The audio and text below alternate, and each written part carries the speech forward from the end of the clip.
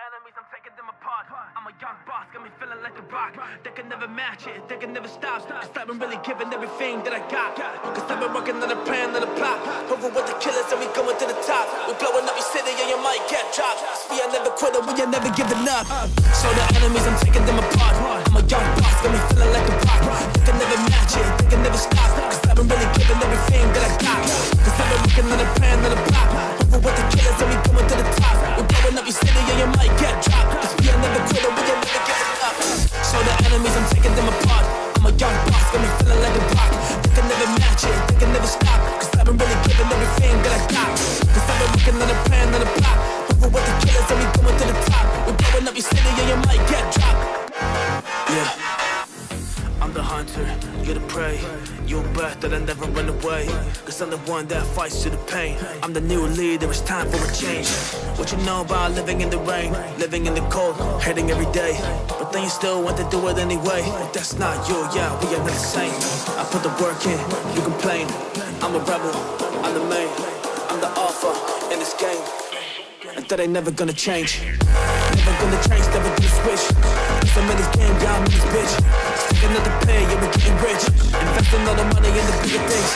Yeah, we going heavy, yeah, we killing it. The stickers don't die, but we feeling it. They can't hold us down, cause we never quit. We're the rebels of the town, and we getting shit. So the enemies, I'm taking them apart. I'm a young boss, got me feeling like a rock. They can never match it, they can never stop. Cause I've been really giving everything that I got. Looking at a plan, on a plot. Over with the killers and we going to the top. We're blowing up your city and you might get dropped. Yeah, I'm the hunter, you're the prey. You're a breath that I never run away.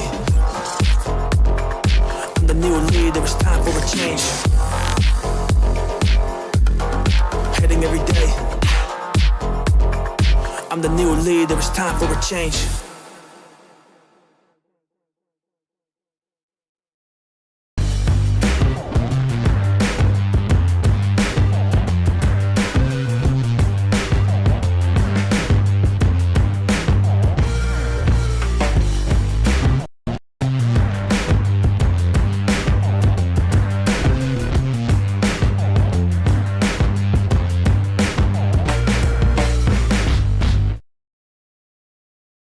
Welcome to WYCD Wicked. That stands for What You Can Do. I certainly hope that this stream is up and running.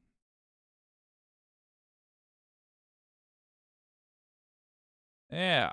I see chat. I see the... Oh, hey, there I go. All right, good. Let's have a look. We have an interesting development. Oh, I don't like that. Let me live chat. Pinkerbell, it's probably not worth to watch it live. He's boring as shit, but I was laughing at him being an ass about China. Okay, fair enough. Talking about an Oklahoma catching L's, or talking about Oklahoma catching L's as a representative is making a fool of himself on the House floor right now. I will have a little look-see though later. The anti-corporatists and those clowns love talking about China. Half of why I call it the China Capitalist Party is with them. This is another banger. I definitely have to go get hooked up to the service. It's a good one, man. Tell you what, if you just... what I like most about it is you can listen to it infinitely for free. All of the music you can listen to infinitely for free. You could even pirate the music if you wanted, as long as you weren't making money off the thing that you used it for, which I think is neat. It's audio.com, and audio with 2 I's for some reason. Pinkerbell, some lady with purple bangs was making a beautiful speech about how the thing they were debating harms immigrants, and he got up behind her and just said, well, yeah, but China bad, so there. Very frustrating. But yeah, that was Young Boss by God Mode. Pretty darn good. There is rap in Dutch on this service. I think we'll break that out soon too. But yeah, I've been having fun. The longer this service goes on, the better their music gets. That is their business model.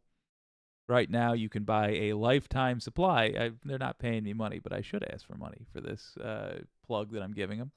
You can buy a lifetime supply, infinite licenses to use their music on any platform as much as you want for $200, which I think is a fair deal. I would have paid $200 back in the day for one song to be used once on television.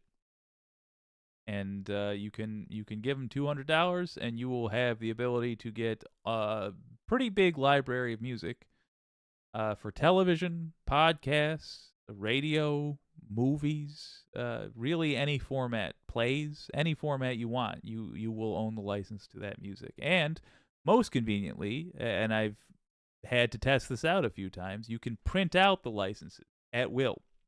So if you own the lifetime license to that content, you just find the song when you get a copyright strike, go download a PDF, and then respond to the copyright strike on YouTube with attaching that PDF and say, I own the license to this song, here it is.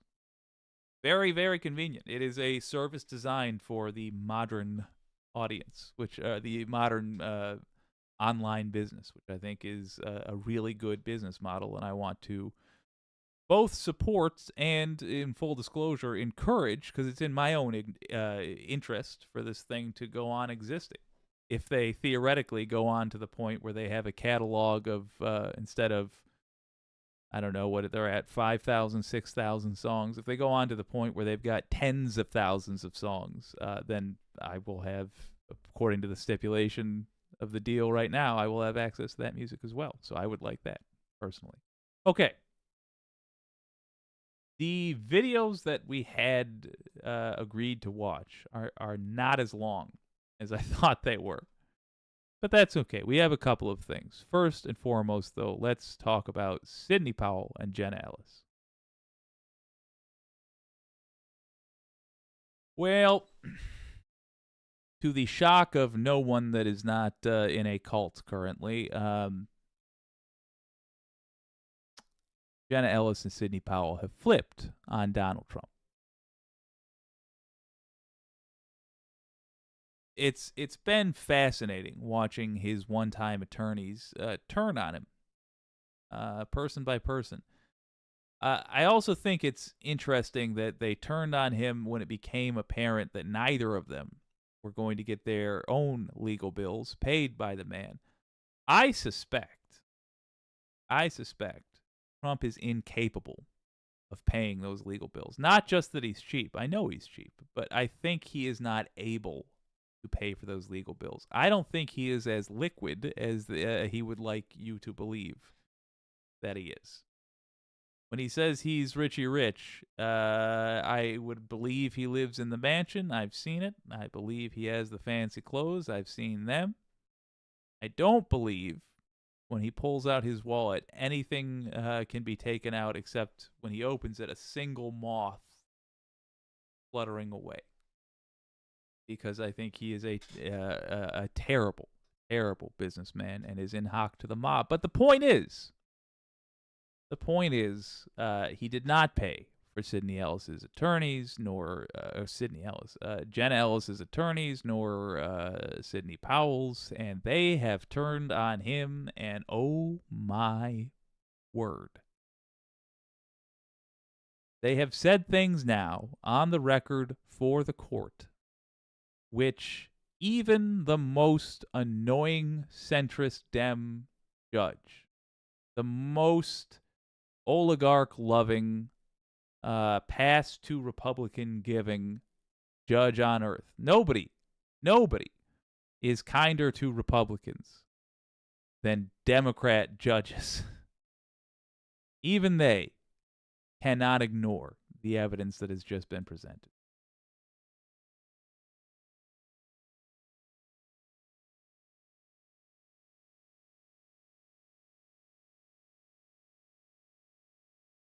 Oh, that's painful. Now to the ABC News exclusive. For the first time, our investigative team obtaining some of the videotaped interviews with two former Trump attorneys charged in Georgia's election interference case. What they told prosecutors in exchange for their plea deals. Attorney Jenna Ellis saying that she was told Donald Trump, the boss as they called him, would not leave the White House under any circumstances. Trump's lawyers responding tonight, and here's ABC senior investigative reporter Aaron Katursky. Oh, now hold on. Right there. Understand how serious that is. In a court proceeding that she said that. He would not, admittedly, it's not him saying it, but it's pretty darn reliable sources saying it. He would not leave under any circumstances. Under any circumstances. His intention was to not leave. Doesn't matter what actually happened. Doesn't matter that he got yanked out. Doesn't matter that an armed coup failed to manifest because not enough people went along with him, even though he tried. Ugh, look at that face. That weird face. I hate this guy so much. I really do. Anyway, that's not relevant. Because it's about his state of mind. One of the most difficult things to prove in this whole case. What was a person thinking? What were their hopes behind the actions that they took? What effect did they want those actions to have? The fact that there is now evidence submitted on the record that he had no intention of leaving, regardless of what the outcome of the election was, is damning. Let's enjoy this moment. Tonight, ABC News has obtained excerpts of confidential videotaped interviews of two alleged co-conspirators charged along with former President Trump in Georgia. The two attorneys in these videos have now turned and are cooperating with authorities. Sidney Powell, who once claimed that dead Hugo Chavez was one of the reasons behind Trump's loss, and Jenna Ellis cut plea deals on reduced charges in exchange for their cooperation, giving interviews to prosecutors. We're here with a proffer with Ms. Jenna Ellis. Ellis, who falsely claimed ballots were manipulated, recounting a time at the 2020 White House Christmas party when she said Trump aide Dan Scavino told her Trump planned to simply refuse to leave the White House. He said to me in a kind of excited tone, well, we don't care and we're not going to leave. Ellis said she asked him, what do you mean? He said the boss is not going to leave under any circumstances. We are just going to stay in power. And I said to him, well, it doesn't quite work that way, you realize. And he said, we don't care. Scavino did not respond to requests for comment, and an attorney for Trump called the purported conversation. Just to be clear, what must happen now? Because that was just said on the record, or we just saw that was said on the record for the consideration of the court. What must happen is that motherfucker right there. That guy will now have to come into court and answer whether or not he really said that. He must then either admit that he said that or perjure himself.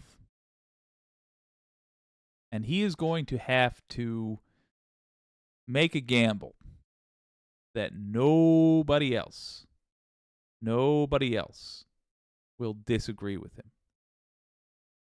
A big problem for him would be what just happened to Donald Trump. Famously happened to Donald Trump, as in getting the attention of even these dingbats. Judge Engoron asked Trump during a civil trial, "Who were you referring to when you said the person next to me?" Trump said, which one do I get in trouble for again? My court clerk. I was talking about Michael Cohen then. And the judge said, I'm being facetious with Trump's response, but Trump said he was talking about Michael Cohen. And then the judge said, and this is not being facetious, the judge said, I don't believe you. I think you just lied to me. I'm ordering you to shush.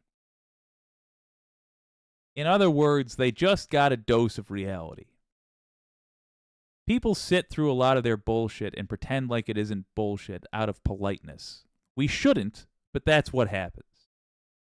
And they live in that zone. All Republicans, frankly, live in that zone. We pretend like they're not racist. We pretend like they're not evil for the sake of decorum. I'm sorry, I should clarify, Republican politicians, not Republican voters. Although, we do a lot of that with Republican voters, too. But no, all Republican politicians live in that zone. All Republican operatives, I guess, live in that zone where we pretend like they're not the things that they are, because calling them what they are would necessitate us having impolite interactions with them. And Democrats just can't handle, really none of the fancy class, none of the ruling class can handle impolite interactions, uncomfortable interactions. They can't handle anything that's uncomfortable. For God's sake, they are willing to boil our country with inaction, except that they really want to get home for the holidays, you know? They'll let us die.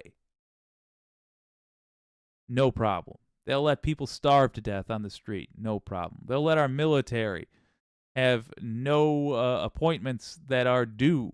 No problem. But God forbid they miss Thanksgiving.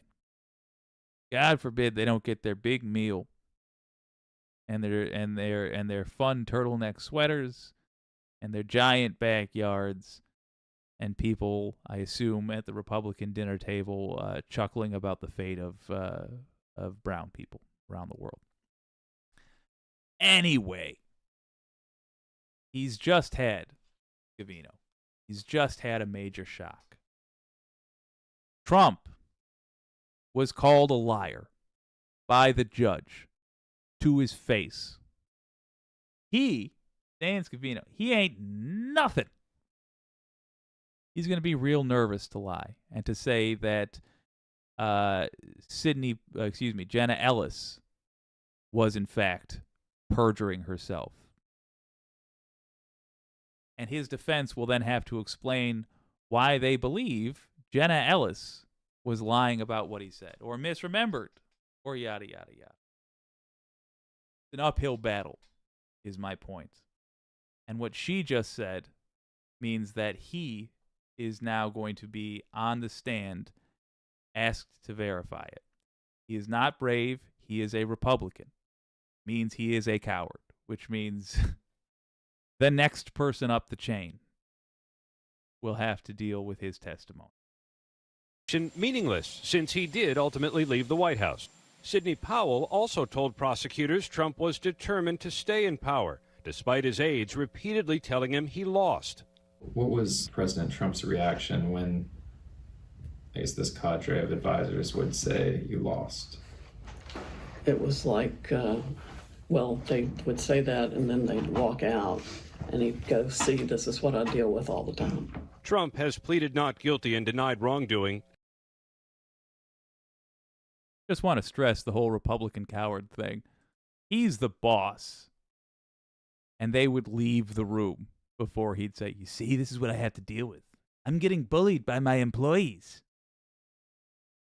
After Powell's guilty plea, they both denied she was his lawyer. But Powell told prosecutors Trump knew she was one of the few willing to support him. I was the most experienced federal practitioner in the group.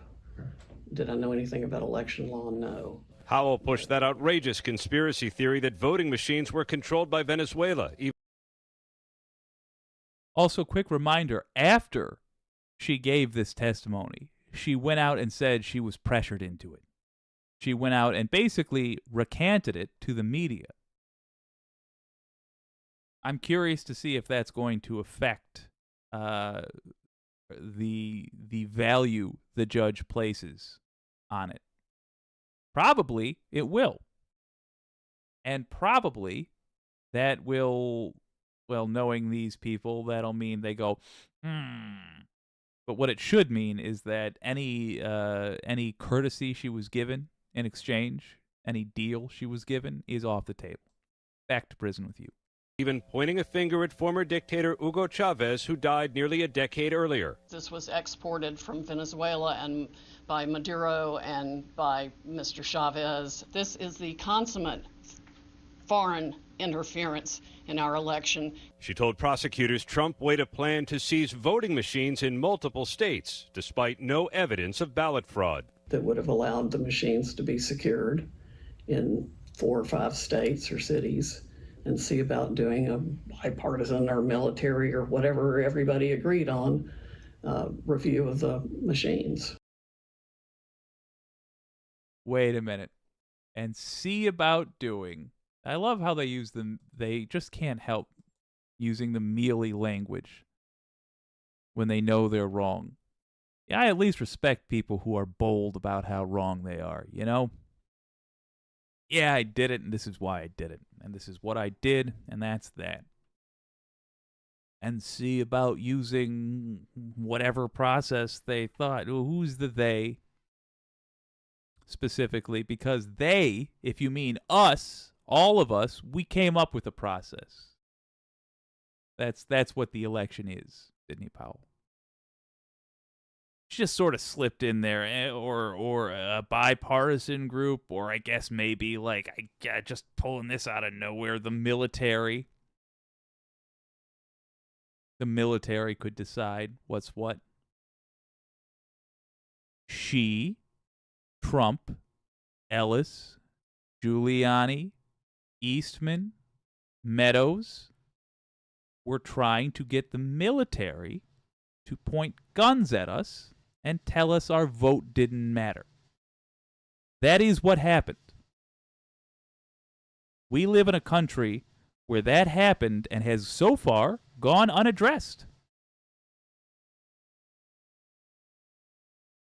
We will not have a secure democracy until these people are in prison. By the way, she recanted her testimony. She tried to play up for her insane crowd, once again, her usual scam. And in doing so, said that she was pressured to say these things. Yes, she was. She was pressured with the evidence. That's why she's there. You can fight this in court, or you can be honest now, and we'll go easy on you. But then she did a press conference, and she recanted what she said here. Really understand that.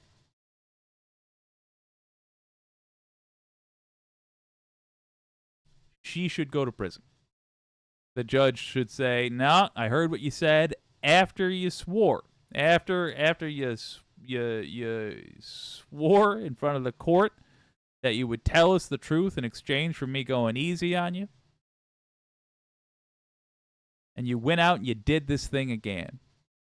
Before the gavel fell.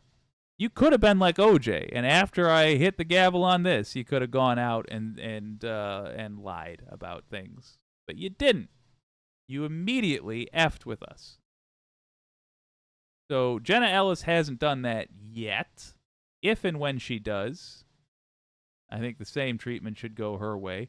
But Sidney Powell definitely should spend time in prison for this. There are gals in prison because they had a baggie of weed on them. There's gals in prison because they couldn't pay their debts. There's gals in prison for bouncing checks. This bitch ought to go to prison. Just like that bitch Giuliani ought to go to prison for, the coup, which she is still, to this day, still trying to make happen. Sources told ABC News a number of former President Trump's co-defendants in the case have previously been offered plea deals. Any cooperator, David, could be called to testify once this racketeering case goes to trial. David? All right, Aaron Katursky, Olivia Rubin, and our entire investigative team, my thanks to you all. I wish. In celebration of the all-new Disney movie Wish. Join Verizon.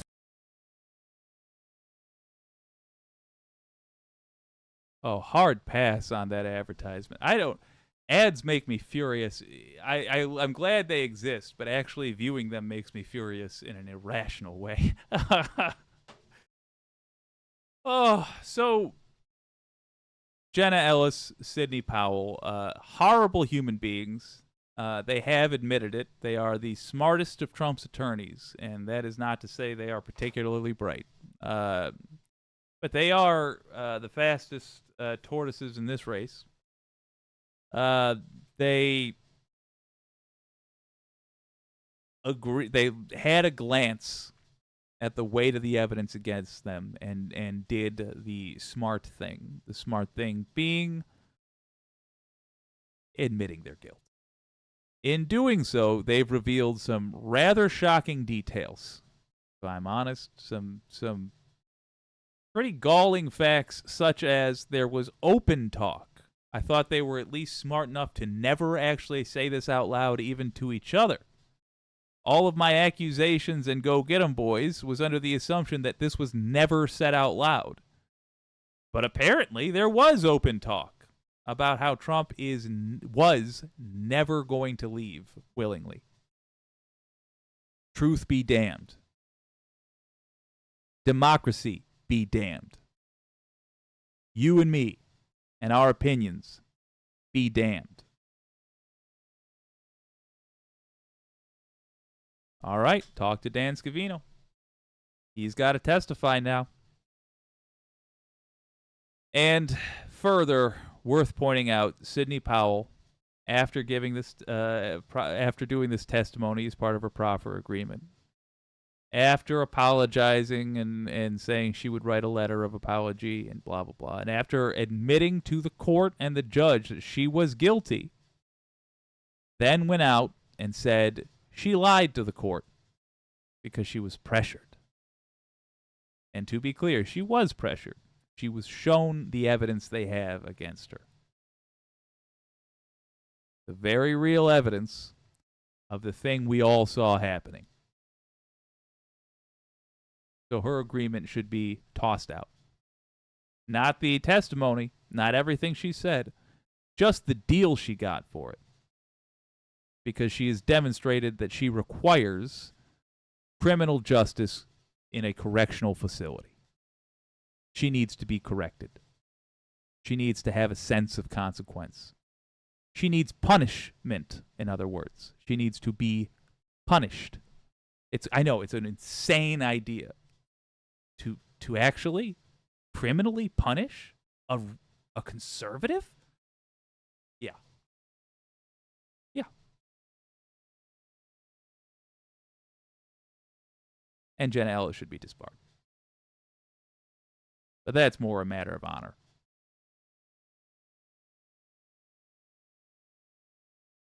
Let's see what the Wicked community has to say. Hello, Wireless Mike. Hello, Shade Dragon. If it wasn't Canadian rap, it would have involved a shooting instead of a stabbing.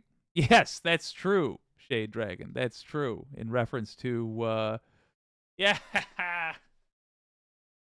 a little informer from Snow. Wireless Mike, a licky boom boom down. Thanks, Jake. I needed that. I had no idea that was Canadian rap. Yeah, Snow Informer is a good one, man.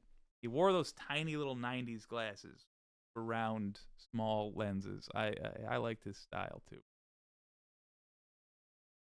Ooh, Wireless Mike, I am perpetually late today. I just finished the last video. Now I'm catching up with this one, but damn. Yeah. Oh, God. Soul Life with the true fact. Jenna Ellis inhaled Rudy particles into her lungs. True. Oh. Anti-corporatist, if you need another short video, Rachel Maddow on her show last night did a thing on Trump's sister, who just passed away, and how she was part of them stealing all that money. Listen, do I need it? No, but am I a petty bitch?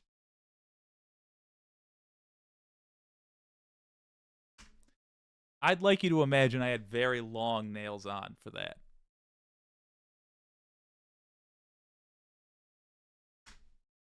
Maddow, sister, Trump. Ah. Oh, God.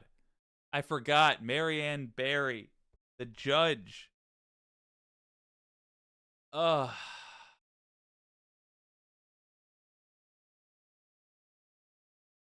All right, we're going to do it. I only have so much hate in my heart. There's only so much room for it, you know. I condense it deep down. My hatred is like a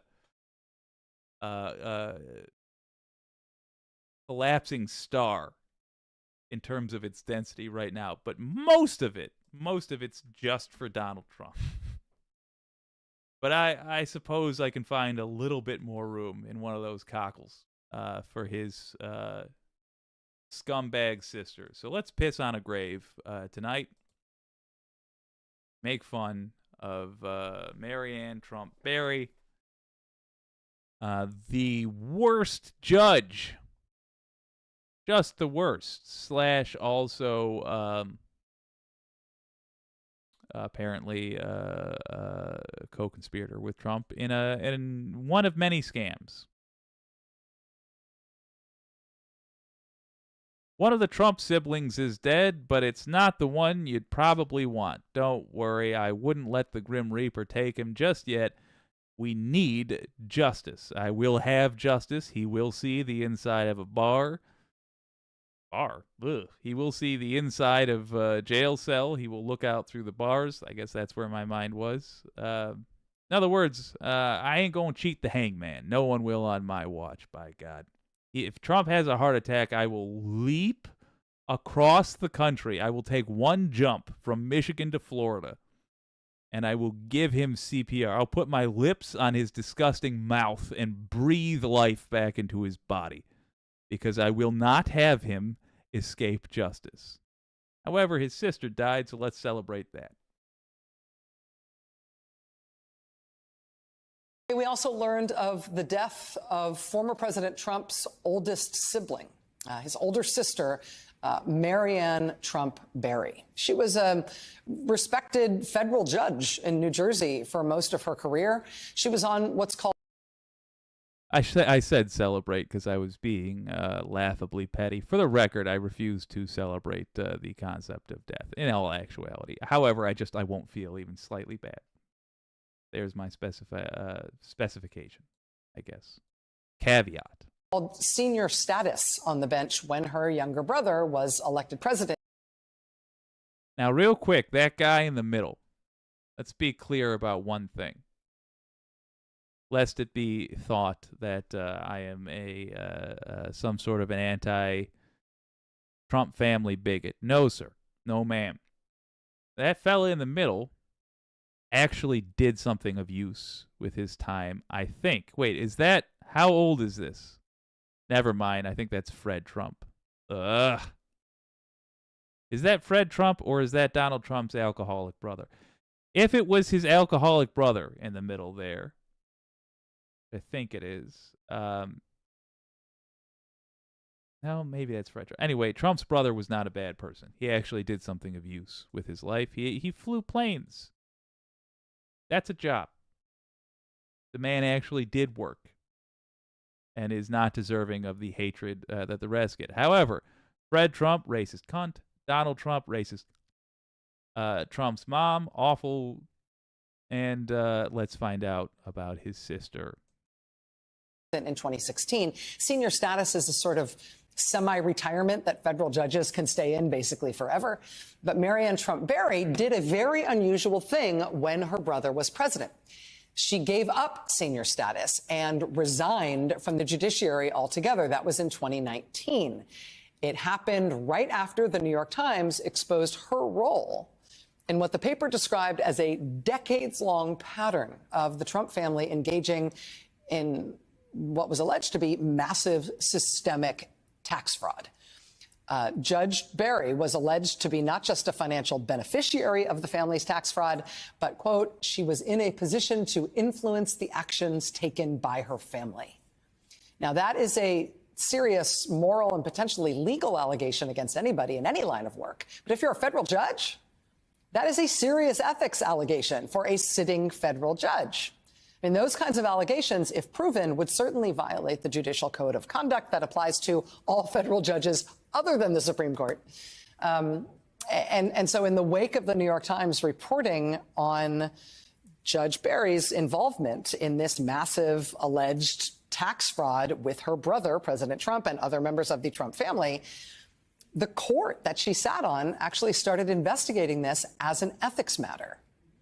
And 10 days after the court confirmed that they had started investigating her for this alleged ethics breach, she resigned from the bench. She gave up her lifetime tenure as a judge. That is the one sure way she could call off that investigation, because judicial conduct rules don't apply to retired judges. So she retired.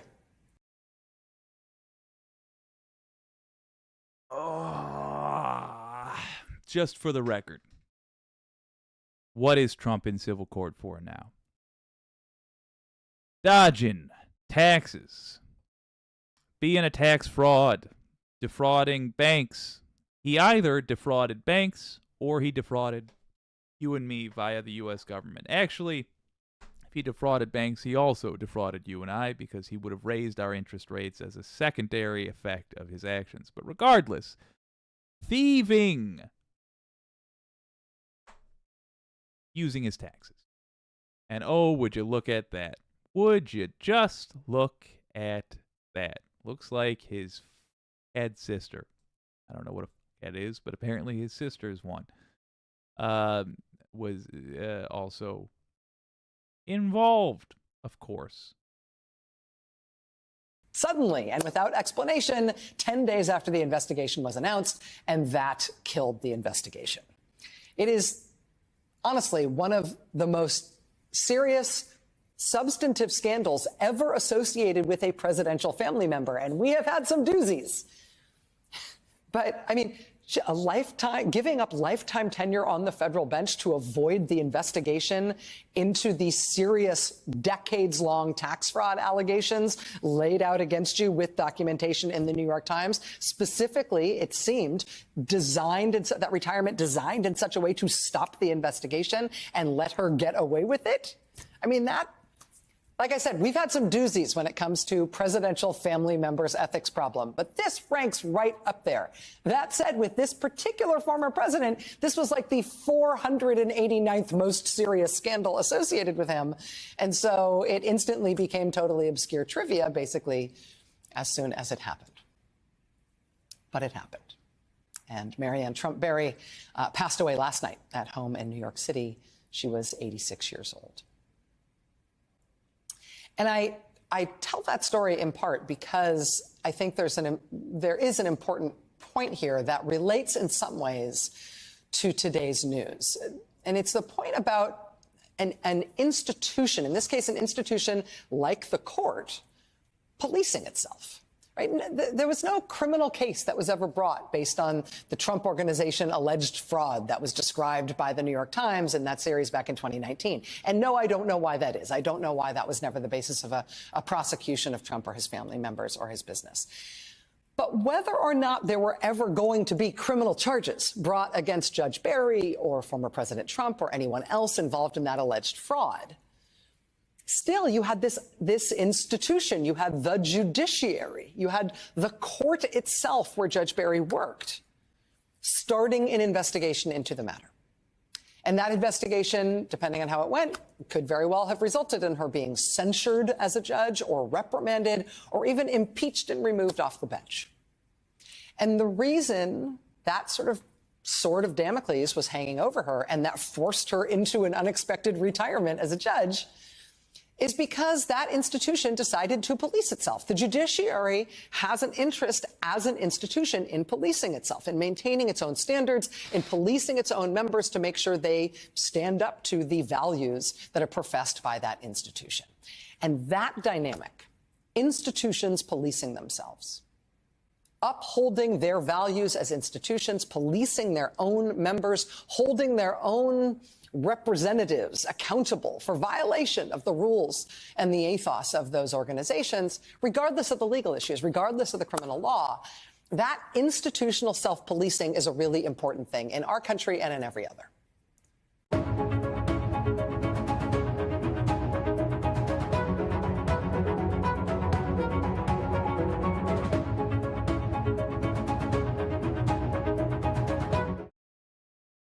I mean, our gal ain't wrong. It is an important thing. Good Good, good. We should have more of it. Yes. Can't be denied, though. What she was doing, if it wasn't actually a crime, it should have been. That is, I don't know how that can be described as anything but corruption. And if we don't have a law that makes what she did illegal, we need to write one. If we did have a law that can describe her actions as a violation of it, we need to have the rather serious conversation of why it was not pursued. What about Marianne Barry is different than Jane Doe down the street? What about this judge makes her immune from the law that she gets to hold judgment over for other people? Could it be that she has money? Could it be that she has a position of power? Could it be that her friends in the country clubs control the system? Could it be that when somebody runs for office, they are statistically more likely to already have a lot of money? Could it be that people with lots of money are allowed to give infinitely to politicians, and thus politicians who write the laws and the people they appoint who enforce the laws are all more likely to ignore those crimes when they are committed by these people?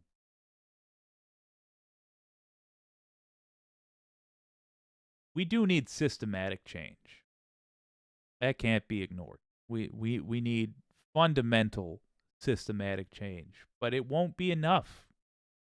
And we won't get it without starting to do the other kind of change that we need. We need cultural change. I'm sick to death of hearing people on the left tell each other not to be cops. I hear this all the time. Like, yeah, I hear the ACAB thing and I roll my eyes, and I hear that X person is a prosecutor and therefore they're bad, and I cringe a little bit because, I understand the basic truth you're getting at. I understand the critique, and I agree with the critique when I hear it. But it's not enough. We're not in the future that we're trying to build. We live here in the humble present. I'm going to go into left field for a second. I'm going to go wild.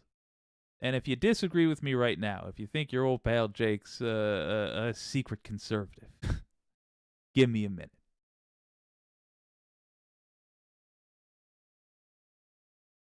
I don't think we should have armed officers patrolling the streets, for example. But we do.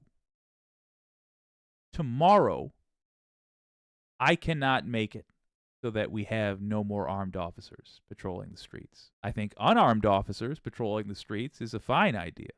Go like England does, like Japan does. Neat. But since I can't accomplish that tomorrow, what I would prefer, as we do the slow, tedious work of systematic change, is a cultural change. What I would like tomorrow is a bunch of lefties that have absolutely no interest in drawing and using their weapon to be the ones that carry the weapons. I want Jedi, not Sith. I'd rather we don't have space wizards deciding our fate. But in a world where space wizards do just that, I'd prefer the Jedi over the Sith. Now to go really far left. Not left as in, did you hear me out? Now to go with a wild example of what I am talking about, having nothing to do with government. And this will tie back, I swear, eventually to Marianne Barry. James Bond, one of my favorite franchises. The character Terrible human being. But the whole thing is he's supposed to be. You're not supposed to be like, ooh, James Bond, admirable moral person. No. The whole point is he's supposed to be a cold-hearted assassin for the government. That's sort of like the shtick. It's oh, look what the red right hand must do. But don't worry, you don't have to feel bad about it, because in these movies, we're going to put him up against billionaires and their henchmen, and you'll feel great watching him do the James Bond stuff that he does. Way back in the day,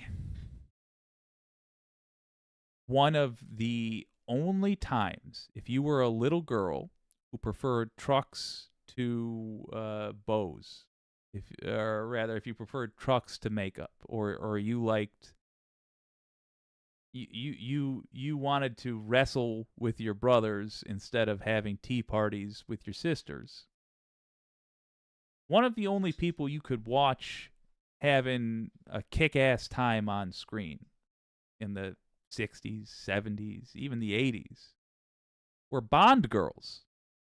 Yeah, those people that fall in love with James Bond after he literally twists their arms behind their back to make her kiss him.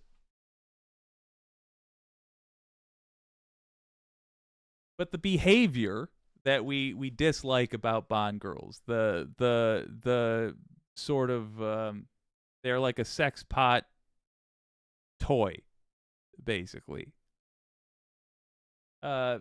We focus so much on that, but we forget that at one point the only lady that was a major character in these movies, in any movie, was either the prize of somebody, which frequently also still happened with Bond movies, but was either the prize for somebody, or was just a passive observer who would be like the Greek chorus, commenting on events but not being listened to. And then there were Bond movies, and it sucks that the women always slept with Bond, even if they thought they were a lesbian going in. Nope, not when James Bond is here. That sucked, yeah. But at the same time, they got to karate kick people in the face. They got to be a physical threat to Bond. They pointed guns at him and made him go stand in the closet while they set up a complicated death trap for him or whatever. Or I don't know how they would capture Bond. Let me distract you with my sexuality while somebody sneaks up behind you with a dagger. They were a physical threat to Bond. It was a starting point, in other words. Later on, you would get Halle Berry as a more proactive Bond gal. And you would get movies that were inspired by the Bond-like spy genre, starring ladies. You would get Michelle Yeoh doing one of the sequels to Super Cop, standing on the shoulders of giants. We need, because of people like Marianne Barry and Clarence Thomas, we need that with our judiciary and with our police. We need law-minded folks who see that a better future must one day come, participating in the imperfect system now. Long way to get there, I know, but I want you to feel it, not just be aware of it as fact. I want you to actually picture what it would look like. We need people like Bridget McCormick. That's the top dog on the Michigan Supreme Court, Chief Justice. McCormick is. Interviewed her twice. Big fan of that gal. What was I interviewing her about? Well, she started a type of arbitration which poor people can enter into that basically makes it possible for them to be seen in court, where before they could not. They can go into arbitration with their landlords, where before they couldn't get a court case with their landlords.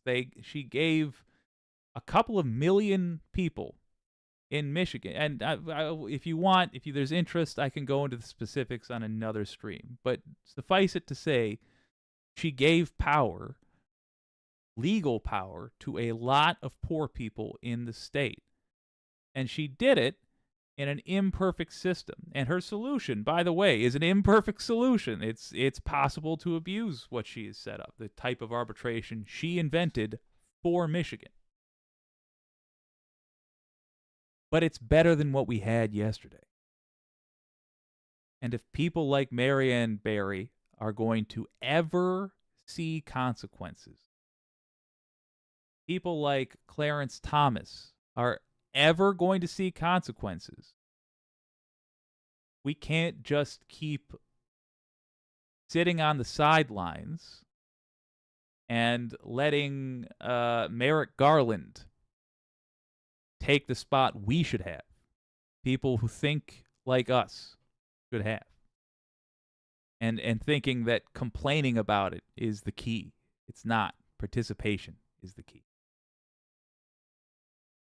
Well, we live in this imperfect world that we have helped build, either through action or inaction.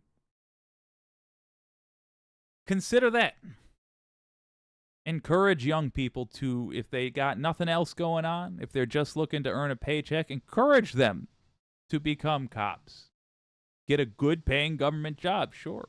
Encourage them to become attorneys, defense and prosecutors. If you think the problem with prosecutors is they prosecute too much, good. Become a prosecutor and sit on your hands. Spend your days going after rich cunts instead of poor bastards.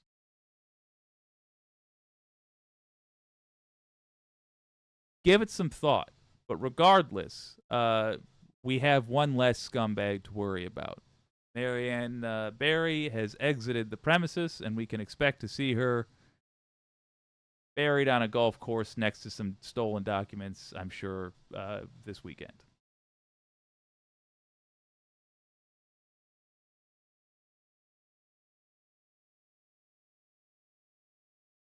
Thank you for the suggestion, Mike. Oh my gosh, Scott Ward with the very kind $5. Thank you. I'm going to give that a heart. My dad always told me that the Supreme Court was really the Supreme Church. Why? Because they define words, and to many, the word is God. That makes sense. It really is something bordering on mystical what they do. It's the theory behind all the things they decide is that they are interpreting the Constitution, and it is starting to get very much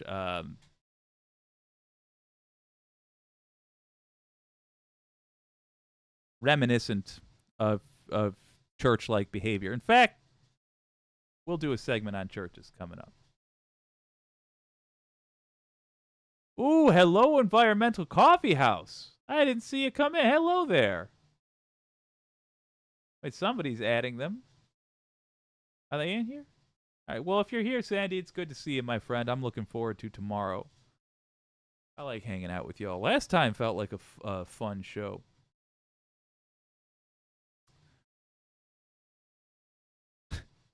Soul Life, thank you for the dream of Russian P-tapes, I guess, Maddow. Oh, boy. Wireless Mike with the same joke. I appreciate it. I wonder if she'll be buried in a golf course. I bet.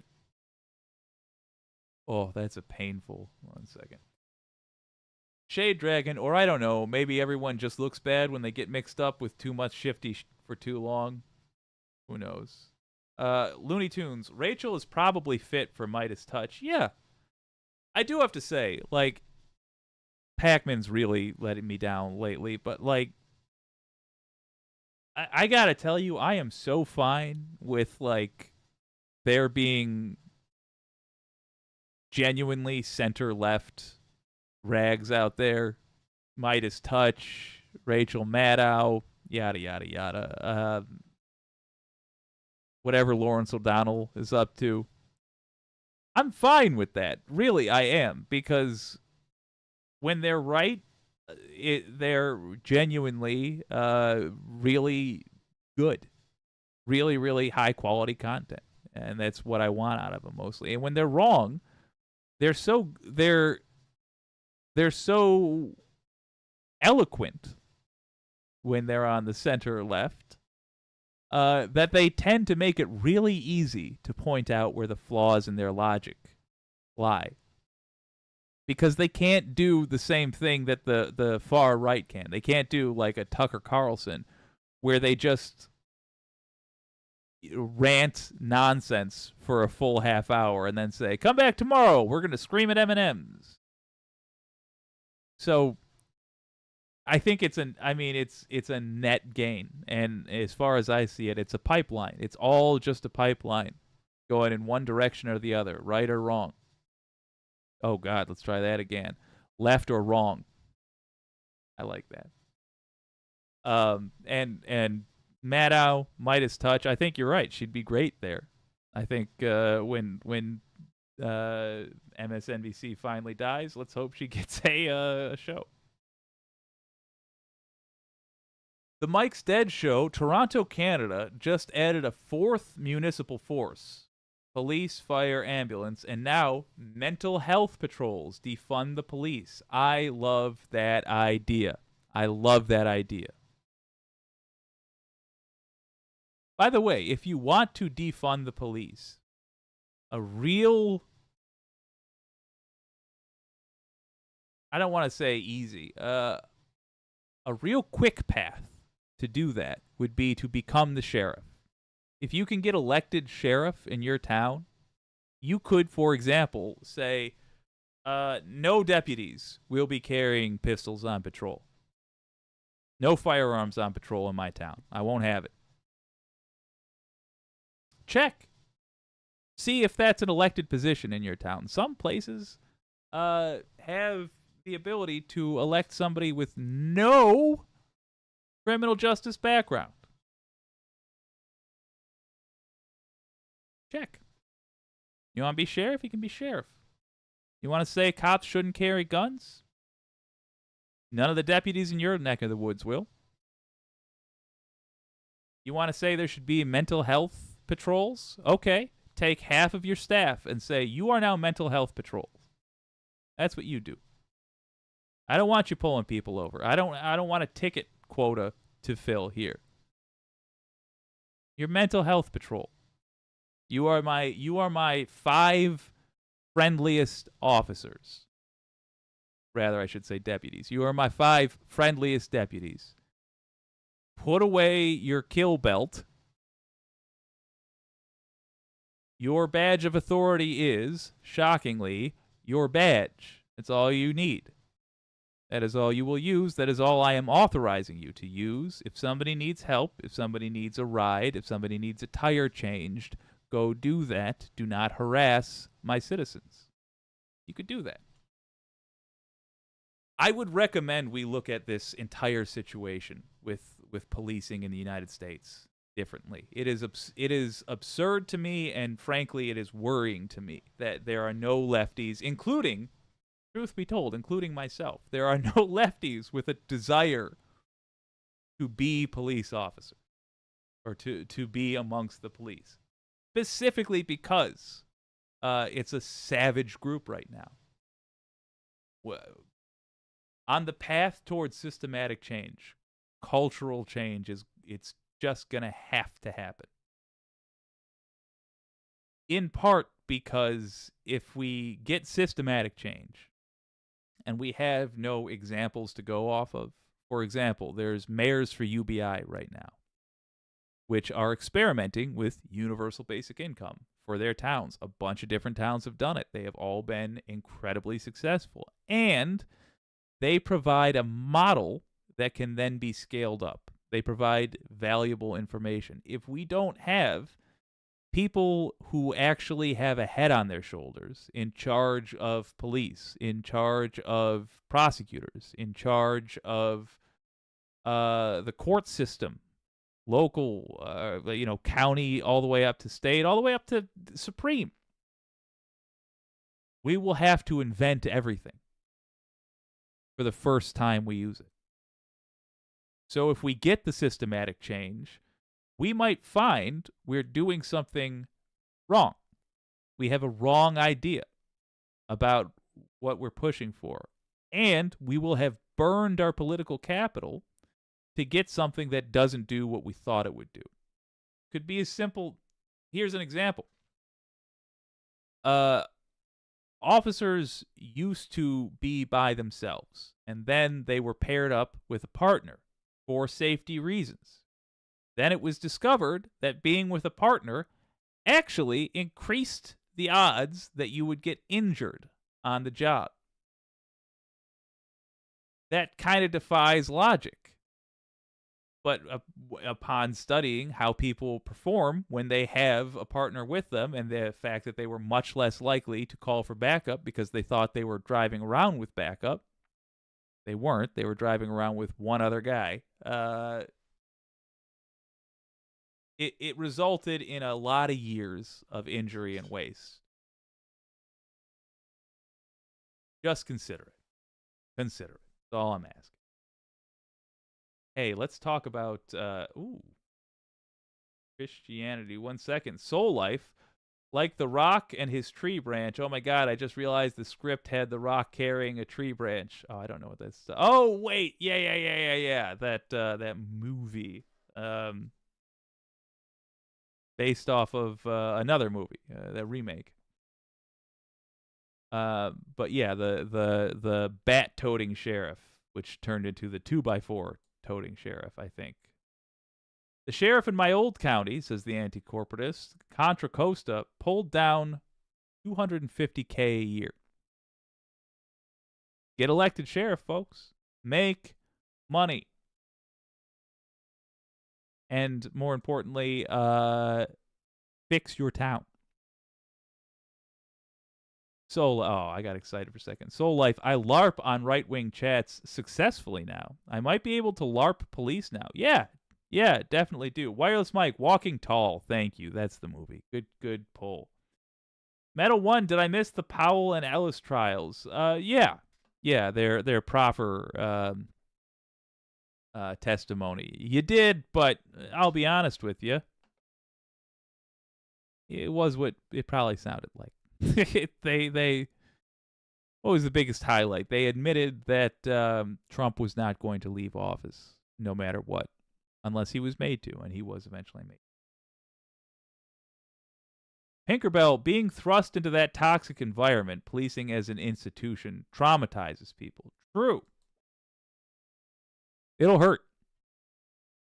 And it will be dangerous. I should be clear about that, and I wasn't. You're right.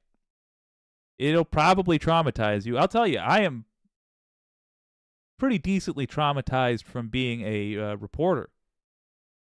And I only stood off to the side and caught a glimpse of the kind of stuff cops had to deal with every day. And it's not, first of all, there is the training. The training is insane. And it has very little to do with the actual job. And then there is the environment. Sure, you're going to be around a bunch of nut jobs. However, it's worth noting that if part of the problem is that there is nobody like you there, the solution is to be there for the next person. So that when they come on, the problem is that there's very few people like them there, not nobody. And when the next person comes on, the problem is there are still bad people there, but fortunately they've got two friends to help. But then there's the other thing. You're going to see limbs.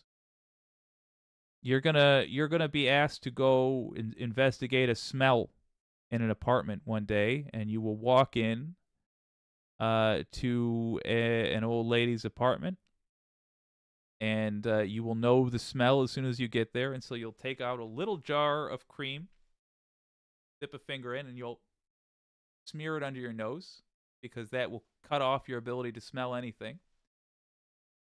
And then you will go into the bathroom to find the body, and you will find that the lady died in the bathtub. And she's been there for about a week, soaking up water, and it will be your job. Pull her out for the coroner to go take the body away. And when you take her by the hands, they will deglove. And you will slap your partner in the face with the stripped flesh of the old lady's arm, and your partner will vomit, and you will vomit, and you will crawl through your and your partner's vomit to get out of the room, and you will be vomiting and laughing hysterically as you just pulled apart an old lady's body. You will never quite be right again, because you were unable to stop yourself from laughing while being traumatized. And you will know what that feeling feels like, to have the flesh leave the bones of a human body, and you did it. Not a random, those aren't the random elements of a story. That happened to a very close person in my life. It happened. And you will never quite be right again. I nonetheless ask you to do it. Because otherwise, Jethro's going to keep hunting black folks. It sucks. We live in a bad time, but collectively, we will make it better so that our sons and daughters live in a slightly better time. And our grandchildren will live in a much better time. One hopes. Soul Life. Ew, chunky Campbell soup. Yeah. Yeah. Metal One, I see, so nothing new. Kind of disappointing. The theory about Don Trump sucking the lives out of his siblings was more interesting. He did. His brother, he really did. He abused him horribly. The pro-Gaza genocide one today. Oh, I do not want to watch that stream. I do not want to watch that. By the way, folks, if you are, I understand its importance, but related, there's what you can do for this stream, for last stream, and for every stream this week. Just one. Use the link in the description. Contact your representatives. Demand a ceasefire now. There's nothing takes more precedent than that. Nothing is more important than that. During this stream, a couple of dozen people have been murdered. It's a genocide. We can stop it. It's unlikely that we will, but there's a chance. Take the chance. Write an email. You will feel better. Just write an email. Say, please, ceasefire in Gaza now. Ceasefire. You are my representative. Represent my voice. I want the violence to stop. Ceasefire in Gaza now. That's it. Send that email every day. The Mike's Dead Show. The father of policing, August Vollmer, made military dispatch, hierarchical structure, the polygraph, and RCIL. He was racist too. We do everything he taught until today. Oh my gosh, Wireless Mike, thank you so much. I called all three of mine today. Excellent. The anti-corporatists, they were chanting, no ceasefire, no ceasefire. It was disgusting. Yeah. Yep. They're not, I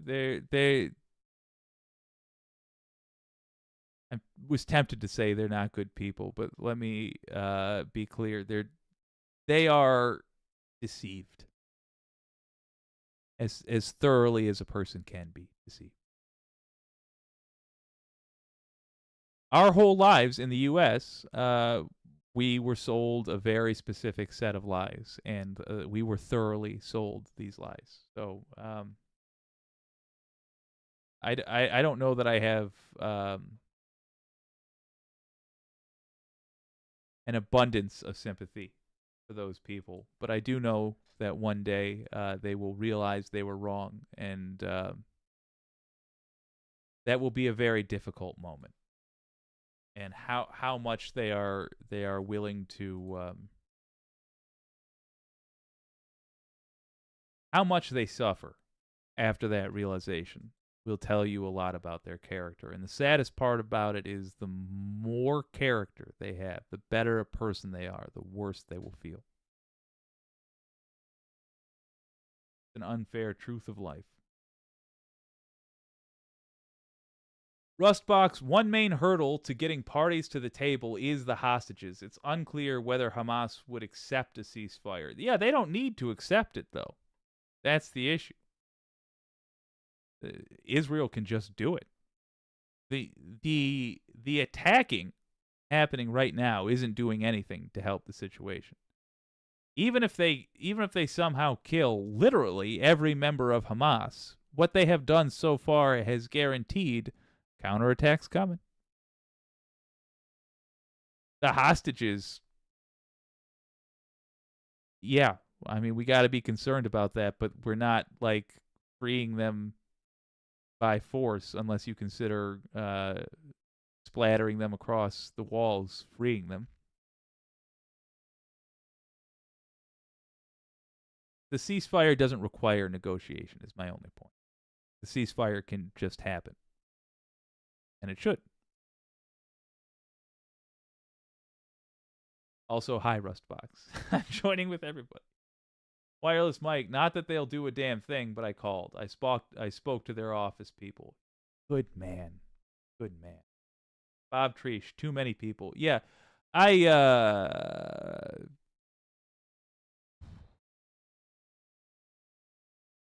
hitting an emotional point with this, where my emotions are just off, because there is no point in having them on.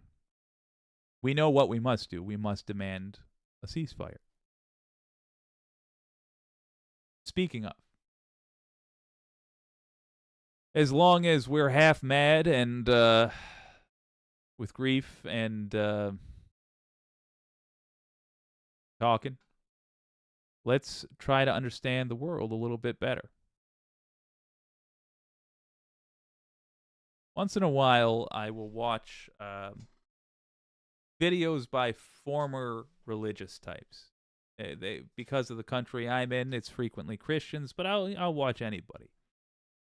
I find it interesting to hear why they believed some of the things they believe now that they think the way that I do. I am an atheist, so the way that I think is from an atheist perspective. And I like hearing about how somebody used to think when they thought the other way, because they can describe it to my satisfaction. They can describe but what I would like to go over is a video from and let me actually be clear. The person's name is Prophet of Zod. It's a new channel I've been watching. But let me be clear. This is not only for the benefit of atheists. This is also for the skepticism of Christians, if you're there. Hopefully you are. You can tell me how accurate this is or is not. But it is the pitfalls that I'm interested in. Whether or not it turns out that Christianity or Judaism or Islam or Buddhism or Scientology or atheism or the Greek pantheon is right. Whoever's right, I'm curious about the method of thinking they use to get there. This guy, Prophet of Zod, a former Christian, is talking about how he believes Christianity corrupted his thinking. I haven't viewed this video. I haven't viewed too many Prophet of Zod videos. I've seen a couple. Mostly they seem good. But I want to see what he has to say.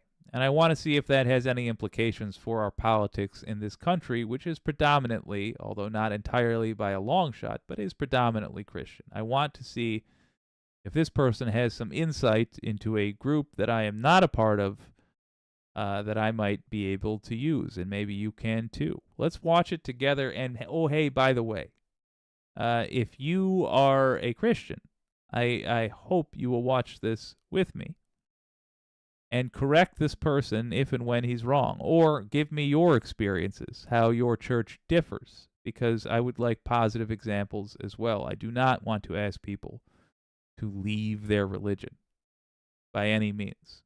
But if a certain degree of religious thinking is affecting the way they ask the country to be run, I want to understand that thinking. College, when I was still a Christian, my roommate came home and said he just had a long religious discussion with a Catholic. And not just one of those low-key ones who quietly show up at Campus Crusade either. This was an actual real-life hardliner who openly argued that Catholicism was the only true faith. Now this was juicy stuff, so I immediately dropped what I was doing, ready to gobble up the details, only to hear him say that, well, the guy made some good points and was actually a little convincing. That was not what I'd expected, and it took me a moment to absorb what I was hearing. Had my friend had some tremendous lapse in critical thinking? Had he been brainwashed by a fast talker? Was he joking? I honestly was expecting him to crack a smile, and when he didn't, I could gradually feel the moment starting to demand a massive, disorienting shift in my thinking. I'd always been taught that Catholicism obviously contradicts the Bible, that the faith we practice is real Christianity tracing back to the early church, and that if you as much as glance back at history, you'll plainly see how Catholicism came in and corrupted it with paganism and legalism until the Reformation brought us all back to biblical Christianity. To me, it seems so obvious that all you should need to do is bring it to the attention of a Catholic, and they'd be like, oh wow, I didn't realize that. Also quite helpful. This is how I feel about progressive politics. All you need do is explain it. All you need do is say, you see, look, here are the charts. So now I'm also curious to know where my thinking is awry, if that is the case. And I suspect what I'm going to find out is that I am looking at the wrong things. But this is mostly about Christianity, so let's find out where he corrects himself, where his views change. That, since apparently they'd never read the Bible or studied history, and then either change their ways or storm off angry or something. Now this is pretty nuts, right? That's simply not how conversation works. Nobody's religion is as obviously right as I thought mine was, and no other religion is so poorly drilled in its own apologetics that its adherents would fall apart the moment you evangelize to them. Yet that was how things worked in the little fantasy world I lived in. So how did I get there? How did I ever develop such a grandiose view of myself and my religion? Well, stay tuned to find out, and we'll explore some of the The word apologetics is one I would recommend getting familiar with, because it's essentially the heart of what's wrong with everything right now. How to justify your position when it appears to be wrong, in other words. many ways that Christian education warped my thinking.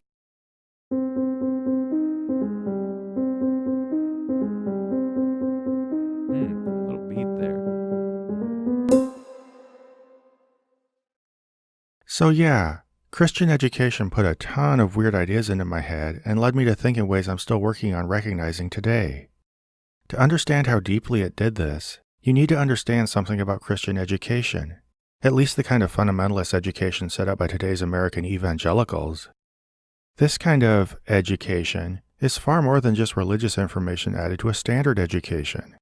It's more than just brainwashing and conservative evangelical talking points or pseudoscience like creationism. It's a fully immersive experience that, by design, programs every aspect of your thinking in this weird, artificial way totally detached from normal, real-world information. And we really need to clarify how immersive it was, at least for me. Sure, we had a reasonably typical 8:30 a.m. to 3 p.m. Monday through Friday school schedule, but our time in the classroom did not exist in isolation. It was just one arm of a pretty much all-consuming church life. On Sundays, you'd have pre-church prayer, Sunday service, and home fellowship, Ooh. sometimes followed later in the evening by a Bible study or evening service. There was also an evening service on Wednesday, and other activities like youth groups scattered at various points throughout the week. So by the time it was all said and done, you could find yourself in some kind of church environment all week except for Saturdays and whatever evening time was left after sports, or what we'll call less typical activities like door-to-door witnessing. On top of this, church was the default setting for as many events as possible. Halloween? Go to church for movies and games. New Year's? Watch a talent show and go to the church camp for games and snacks. Weddings, funerals, and of course graduations, basically every major life event, happened at church, and most of the church attended. To the point that if any of the additional actual family and friends of the people involved showed up, it was like seeing a few extra people at a church event. Even if you did things at home, such as throwing a birthday party or having someone over for dinner, that was usually with people from church. The only non-Christians I knew were my aunt, uncle, and cousins, and while we were reasonably close with them, the fact that they were non-believers was kind of a weird alien thing about them. All right. Initial impressions. It seems like, regardless of your philosophy, the smart thing to do is have people in your life that do not agree with your philosophy. Fair enough. I got the same thing from looking at the Byte model and seeing that information control is one of the things that should not be. Information should be freely flowing, as should opinion. Now, by any realistic standard, they were as normal as people could be.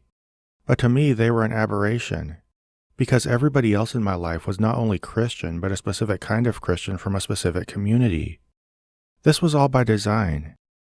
Now, I don't mean the church consciously thought, we're going to trap you in an ideological fortress where we can control you, though I'm sure on some level they felt the dynamic worked that way to their favor. It was more that they saw us as a tight-knit family of believers besieged by a corrupting and malicious world. So like family, we huddled together. We reinforced our values, assured each other of how right we were, and reminded ourselves what the world was like. And an absolutely vital part of this was doing as much as humanly possible to control what went into the minds of impressionable young people.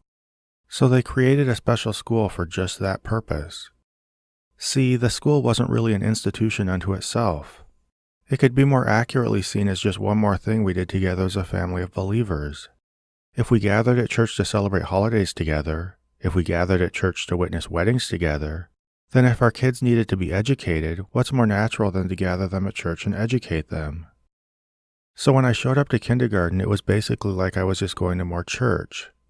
My classmates were people I'd gone to nursery and children's church with. The teachers were grown-ups I'd known at church basically since I was born and saw as aunts and uncles, including the principal, who was an assistant pastor and a friend of our family. The head pastor ultimately ran the whole thing, and we'd always see him in the halls or poking his head into the classrooms to say hi. Everybody was so familiar that the weirdest adjustment was calling teachers Mr. or Mrs. something instead of their first name. At this point, I want to zoom out and take a retroactive grown-ups view of the teachers. And this is as someone who later taught and briefly ran a Christian school myself. Basically, they were slightly paid volunteers, women being paid less than men as a matter of principle, and they had no qualifications except that they were Christians and the church knew and trusted them. I mean, I'm sure being knowledgeable and good with kids helped. But first, the church devalued qualifications and distrusted higher education.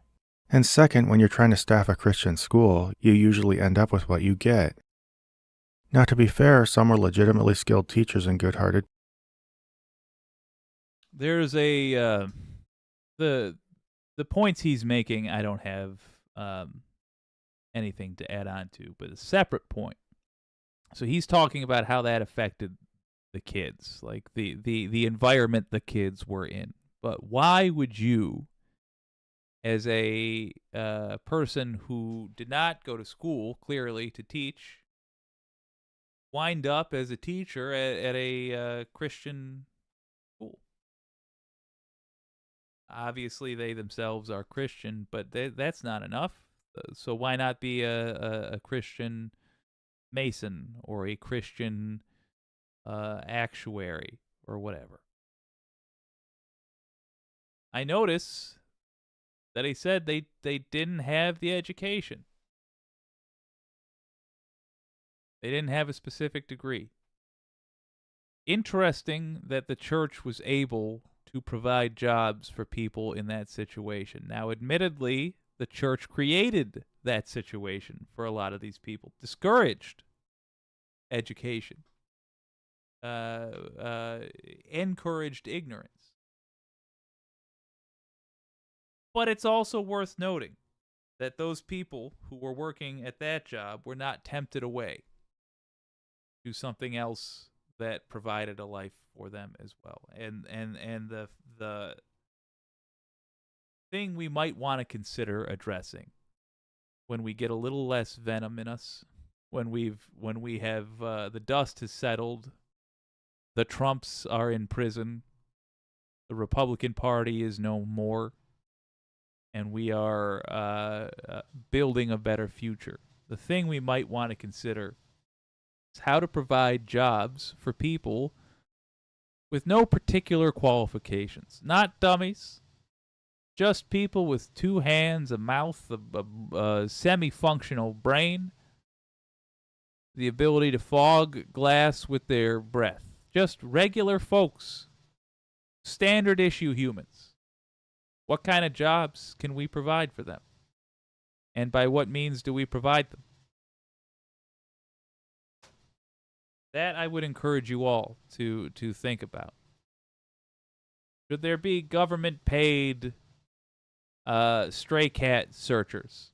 There are 3 stray cats being searched, not stray cats, missing cats being looked for in the neighborhood that I live in. I've walked out, wandered around trying to find them.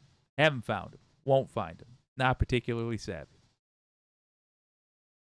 But I'd find it interesting if there were, I'd be willing to pay for, collectively, a team of 5 to 10 people who work for the city, in this city of a population of tens of thousands. I'd be willing to pay for 5 of those tens of thousands of people to wander the city every day looking for strays and finding their homes. I know we have dog catchers, but I mean someone who specializes in finding lost pets. I know, it's a silly diversion, it seems like, but at the end of the day, I wonder how many of those people would have been teaching at the Christian school if there was just a multitude of other options out there for them. Because clearly they didn't want to be teachers generally. This guy, who I know nothing about, or very little about, I should say, apparently worked at such a school, or ran such a school. But look where he is now. Clearly, he was not called to do that in his soul. So what would he have done if he had other options? Worth thinking about. People. But across the board, it was what you'd expect from an assortment of churchgoers who thought it would be neat to try teaching, or maybe got laid off from their construction jobs. So then what do you think happens when you take that crowd of people, give them a curriculum of far-right propaganda published by extreme fundamentalist universities, and then throw them into the deep end to stay a day ahead of their students while the pastor and elders hover over them, making sure everything aligns with church doctrine? And all this while everybody's spending Monday through Friday with the same people they spent Sunday with. Well, you get a lot of things, but one of them is a stagnant ideological and intellectual environment with basically no fresh ideas flowing in from the outside. And that was really the point when you think about it. So what were the actual academics like? You kind of know what it looks like if you went to a Christian school, but it's hard to fully convey it, so I'm just going to give a little bit of an overview. Language arts would draw from literature that was Christian theme or else taught a pretty blunt moral lesson, along with infusing Christianity into its grammar illustrations. And believe me, there was a lot of grammar, which wasn't totally a bad thing. If I'm to be fair, I think it helped make me the writer I am today. And as you can probably tell by listening to me talk, writing does a lot of heavy lifting for my channel. History started off with standard patriotic mush about people like Christopher Columbus and America's founding fathers, including long outdated propaganda about events like the Boston Massacre. The older you got, the weirder it got, with a lot of anti-communist hysteria, heavily focused on their status as atheists, of course, and even stuff about how the hippies gave themselves over to the devil through their music. Abraham Lincoln was even thrown under the bus once for violating states' rights in high school history, in case you didn't have a good enough picture of where they were coming from. Science was every bit the mess you'd expect. At best, it was a lot of brute memorization of terms and minute facts, often at the expense of conceptual learning. And at worst, it was bald-faced creationist nonsense along with other random bits of weirdness. One that sticks out to me is a bit about how the beat from rock music causes nerve jamming that scrambles your mind or hypnotizes.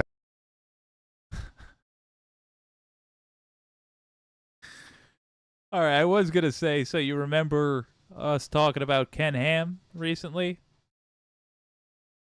Not all that different from this. In fact, very much related to this. Ken Ham is, and Kent Hovind, they are the types who result in this kind of stuff. They are the con artists whose whole con requires people to not be taught proper science, because otherwise you won't believe their interpretation of a 2,000-year-old book as translated into English. Let's just appreciate this for a moment, though. Oh, we got the good guy over here. What's his head full of? Scripture, good music. Not really defining that, just good music. Pure thoughts. What's this other guy got? Violence, pornography, rock music. May as well French kiss the devil with your rock music. That's an amazing illustration. As you or something.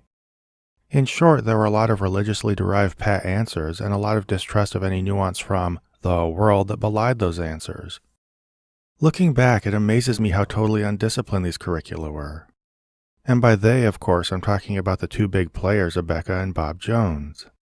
The amount of obvious urban legend they contain and the number of times they indulge brazen nonsense just to scare kids straight was baffling.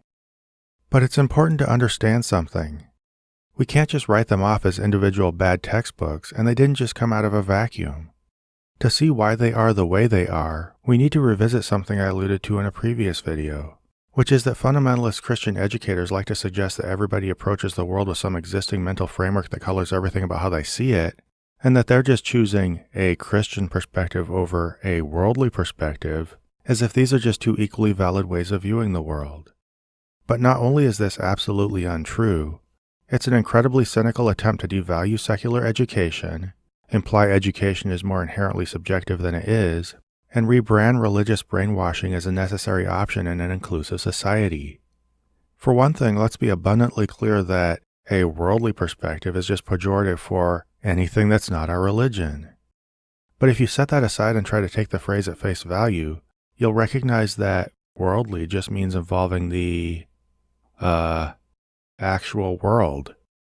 So if your perspective is worldly, maybe you're just taking the world for what it is, which is definitively the most direct and potentially unbiased way of approaching scientific inquiry. Science! Basically methodological naturalism. By contrast, fundamentalist education does not just approach schooling from another perspective. It loads it up with bald-faced assumptions that pollute students' ability to objectively view and interpret any data they see. Indeed, that often distract them from viewing any data at all by busying them with the details of mythology.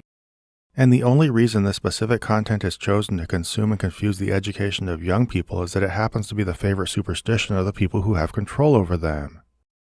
That's just absolutely unacceptable. And to show why, I'm going to explain a few ways it warped my thinking as I grew up in Christian school. So here we go. That was all the intro. First, it made supernatural claims part of my education. Now, I know this one is just incredibly obvious, but I'm not sure people really think about how damaging it is. I'm willing to bet even a lot of the secular public thinks, well, they teach Jesus along with math, science, and language, but hey, they're teaching good values and keeping some kids out of trouble, so what's the harm? Well, the harm is that when you teach kids supernatural claims as literal reality, you're not educating them. You're misinforming them, which means you can and likely will tell kids literally anything you want. And this doesn't just mean they learn a few false things. It means they're going to have trouble telling the difference between evident reality and undisciplined nonsense because you presented both of them on basically equal terms. Sure, they might have a gut-level feeling that some things are more evidently true than others, But if you're teaching them science, math, and history right along the facts that a bodiless mind created the universe and that a guy rose from the dead so he could forgive us, and that it's most urgent that you believe the most ridiculous of the ideas, you're actively teaching them not to give intelligent thought to why they believe things or what they actually know. I don't want to be harsh to mystical-minded amongst, because I do think there is a place for that. But he's got a point here. When you are told that that this stuff should not be segmented, that this should not be cordoned off, that the tangible world that we exist in is to be measured with the intangible, the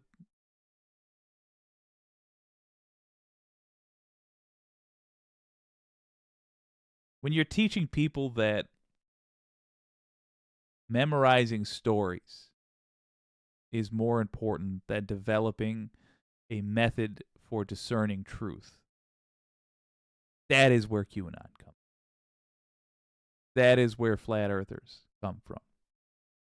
That is where a legion of Ken Ham followers come from. That is where Trump voters come from.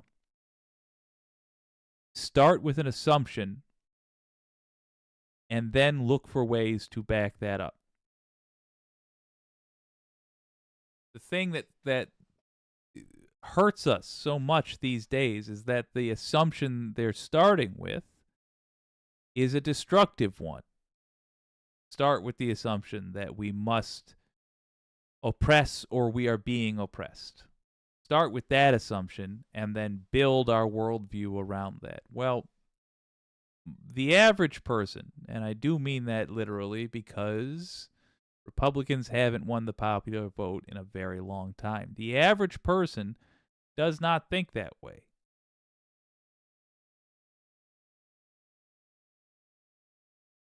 But I see the origins in what this person, Prophet of Zod, is talking about, or how people do think that way. They were literally taught to think that way, literally taught in school to think that way. Start with an assumption, and then pick which facts you feel support that assumption, and call all the others blasphemy.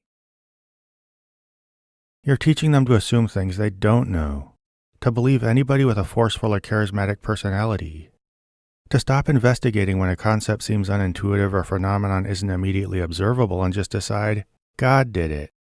I was actively taught this kind of non-thinking in specific terms from the time I showed up for kindergarten. Snowflakes eat. That, ladies and gentlemen, on the BITE model is called thought control. By the way, the BITE model is not all that comprehensive. There's room for improvement. But behavior control, information control, thought control, and what's the E? Environment control? Not being around other people, in other words. Those are the warning signs to look out for. Have a unique pattern because God made them special. A conclusion that instantly wipes away the need to investigate complex, fascinating things about crystallization. The universe could only be here because God spoke it into existence. A conclusion that shoves an apologetic into kids' headspace before they ever get to consider how wondrously unintuitive the nature and origin of our universe might be. George Washington survived his clothes being shot full of holes because God was protecting him so America would win the Revolutionary War. A conclusion that reduces a massive web of historical factors to magic done by a God who likes our country best. Morality can only exist if it's dictated by God. A conclusion that instantly squelches all inquiry into what morality is and why we should consider ourselves obligated to certain kinds of behavior. This only cracks the surface of things that were taught or insinuated to us pretty much on a daily basis. And it didn't just affect my understanding of academics. It bled into how I understood, or failed to understand, my personal experiences as well. When I woke up unable to move and experiencing mild hallucinations while camping, I didn't even start to entertain natural explanations like sleep paralysis. Instead, I instantly assumed demons were attacking me. And why did I think the demons were there, by the way? Because we found a beer bottle in our cabin left by someone who'd broken in, and I guess I thought that invited evil forces inside. Lot to unpack there, and I could go on and on. Now I should add that, yes, I could have easily come up with some supernatural interpretations of stuff like that without Christian education. It's not like most people apply rigorous scientific thinking to their life experiences, and a lot of them are prone to superstition. So I know this isn't all just Christians. But if your education actively endorses supernatural thinking, teaches it as knowledge, and places specific superstitions in your head, then it's gone from failing to teach to actively doing harm. This leads to several other problems, starting with: second, it trained me to pretty much automatically accept rumors. My brother recently brought this up, and I realized it deserves being its own category. I can't even tell you how many absurdly stupid urban legends got passed around Christian circles, almost totally unquestioned, for years. All I have to do is start thinking back and the memories just come flooding back to me. Kids literally weren't allowed to have Bibles in public schools. Airlines wouldn't hire Christian pilots because they didn't want them to disappear during the rapture. The government's arresting pastors and closing churches, and they might be coming for us soon too. Procter & Gamble put some kind of 666 pattern on its packaging because they were Satanists. 50 years ago, the biggest problems in school were things like chewing gum, while now kids are drinking and getting pregnant, mostly because they took prayer out of schools. Rock albums play songs to Satan if you run them in reverse. An atheist professor made fun of Christians but then got embarrassed by Meet Christian Kid, who may or may not have been Einstein. Einstein, famously Jewish in his background. I just want to say one thing about that rumor mill.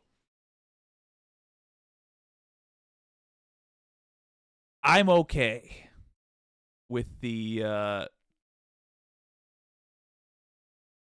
airlines not hiring Christians because they don't want them to. I shouldn't laugh at that. I'm sorry.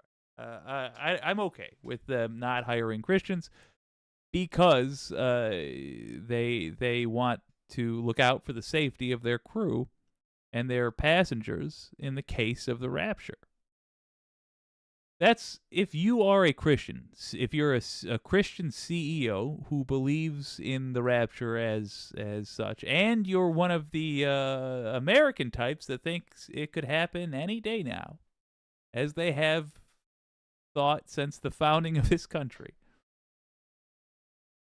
That's a reasonable thing to do. You might think it's a shame that the rest of these people won't be taken to heaven, but just because they're not going to be taken to heaven doesn't mean my obligation to their safety ends. They've purchased a ticket, and here on this earth, wherein it's the only place we have business, but we do have business here, I promised them a safe ride from point A to point B, and it does not matter if the rapture happens while they're in the air. I still have an obligation because I gave my word, and I'm an honest person.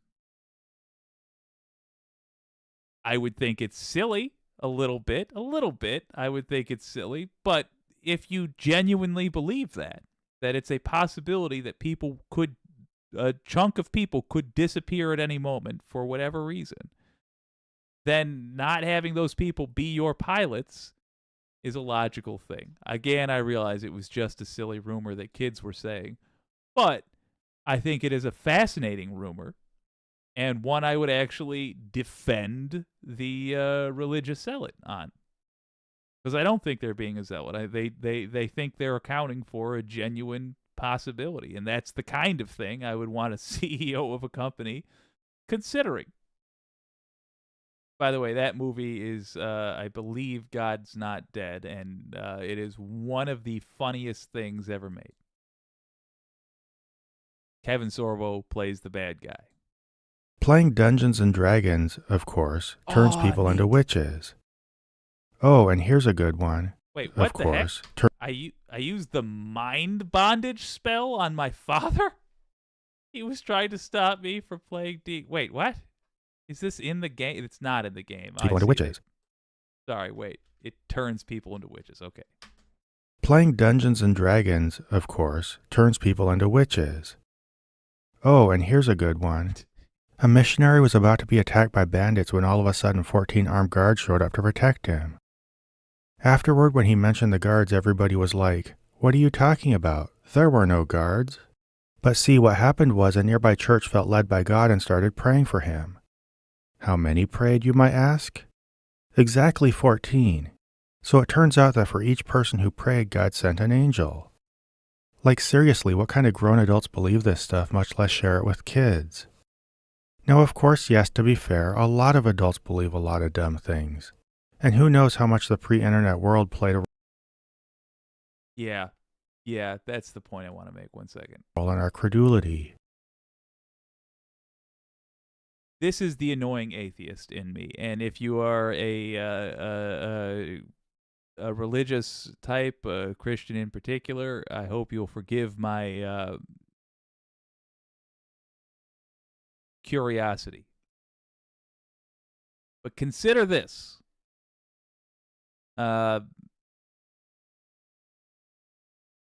Imagine such a rumor, the 14 prayers, for example, got started in 50 AD. Imagine it got popular, that story. Oh yeah, did you hear? Over in Rome, a merchant was walking down that old lonely road away from the city, having sold their wares, and it was a Christian merchant, and a church felt the call, felt the need to pray for them, and so 14 did, and the armed guards, and yada yada yada yada. Would that have made it into the Bible? If you're genuinely a Christian, the answer is no, because it's a rumor, and God would not have ordained that a rumor make it into his, capital H, holy book. But you're an atheist. You hear stuff like that, and you think, I can see where a lot of stories of fantastical things came from. But this is not about who is right and who is not. Here is something, by the way, quick pause. Here is something I would like to do. If y'all could dig deep and see if you can help me out. Maybe for tomorrow's stream. I want to talk to people who genuinely believe in a supernatural universe, believe in a religion, for example. Or I would go as light as just believe in ghosts. Simply believe that there are ghosts. I want to have a call-in show where we talk about that. Because I don't believe in any of these things. But I also have a somewhat mystical feeling outlook on life. I look at science in a fairly spiritual way, I suppose. And I enjoy hanging out with spiritual cats. I am the Yu-Gi-Oh player to your Magic the Gathering. Very similar. I don't play the same game, but very similar. And I think I would like to have my own beliefs questioned, and I would like to question other people's beliefs and have it be friendly. I don't want to tear down anybody's worldview, but I do want to ask some genuine questions. So, what the hell? Tomorrow, if you want to do that, call into the show. It's a call-in show tomorrow. I'll provide the link. Yada yada. If you know anybody that you think would enjoy having a conversation like that, just sort of brave spiritual cats, tell them to come on by, if only for my sake. And I won't even try to make them a fan of the show. I want to have that conversation. And let me know in the comments if you'd be down for it, if you're okay outing yourself as a religious type. I will ask the mods to make sure nobody is mean to you for your religious beliefs. We won't have that here. But let me know so I can get some sense of who, if you're interested in calling in, who would be down for that. Still, though, a lot of these would have been incredibly easy to fact check even without the internet, to the point that believing them involved turning a blind eye. Like you never once thought to pick up a Procter & Gamble product and check for a 666? Never mind how just manifestly stupid most of these stories were. Also, even though urban legends spread among the general population, Christian communities like ours still made them worse. Everything about our religion primed us to believe outrageous stories. I mean, believing people when they tell you supernatural things happen was a core part of the whole thing, right? So what's the difference between being credulous enough to accept a supernatural claim on its face and being credulous enough to accept an urban legend on its face? You're kind of trained to do both when you sit in pews every week listening to a pastor who's viewed as God's representative speaking on God's behalf. Tisk, tisk, tisk, O ye of little faith on the left. That stumble, you gotta fully believe that you're standing on a mirror. Listening to a pastor who's viewed as God's representative. Couldn't help being shitty at that last part. I apologize. Speaking on God's behalf. Since he's a man of God, you don't question him when he says the Bible means X, when he says the Lord placed a message on his heart, when he says a study proves that prayer works, when he repeats a silly urban legend to illustrate a point. Now, yes, you're supposed to use discernment and weigh what he says against the Word of God, but for one thing, that's highly subjective and not anywhere in the neighborhood of any kind of healthy fact-checking. And for another, you're not evaluating every claim he makes as much as looking for signs that you should trust him to be your shepherd. Once you've accepted the premise that that's who he is and that you're a member of his flock, healthy questions are seen as nitpicking. That's huge. That's very important to understand. This guy was from a religious extremist background. He was not from what I would call mild religion. He was from, you're immersed in it. What did he just say? You're not? All right, let's just play it again. Why not? To the premise that that's who he is and that you're a member of his flock, healthy questions are seen as Nuvic's claim he makes as much as looking for signs that you should trust him. And for another, you're not evaluating every claim he makes as much as looking for signs that you should trust him to be your shepherd. You are not looking to evaluate every claim he makes. Muslims are coming to eat you. Brown people wanna be rapists and murderers, and they're sneaking across the border. You're not evaluating those claims. You're looking for signs that you're already listening to the right person. You're already doing the right thing. You've already taken steps down the correct path. You are looking for signs in the affirmative. Again, human nature that this particular subsect of a religion takes advantage of and has spilled over into politics. Helpful to understand. Helpful to understand. Because when we try to deconvert people from the spelt with a Q cult, we're going to have to look real hard at this knot before we can untangle these Christmas lights. And it seems like the place to start pulling is the signs they have been following that this is their leader. That whatever it is they're following is to their benefit. It's a good thing. Don't start with why they are bad. Start with why they are not good. There's a huge difference there. Huge difference. So translating to this, it's don't start with or even make it a matter of Bible is wrong. Start with this guy doesn't know the Bible. Let's start with who you're listening to first and foremost.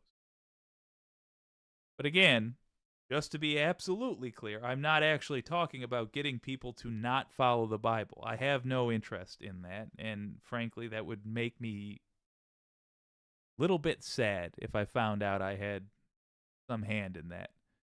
Because it seems like a peaceful thing to believe in. It seems nice to believe in. And I don't want to deny that to anybody. But when it comes to the politics end of it, where these things have become intermeshed, I want to untangle those very badly for the health of the religion as well as for the health of everyone else.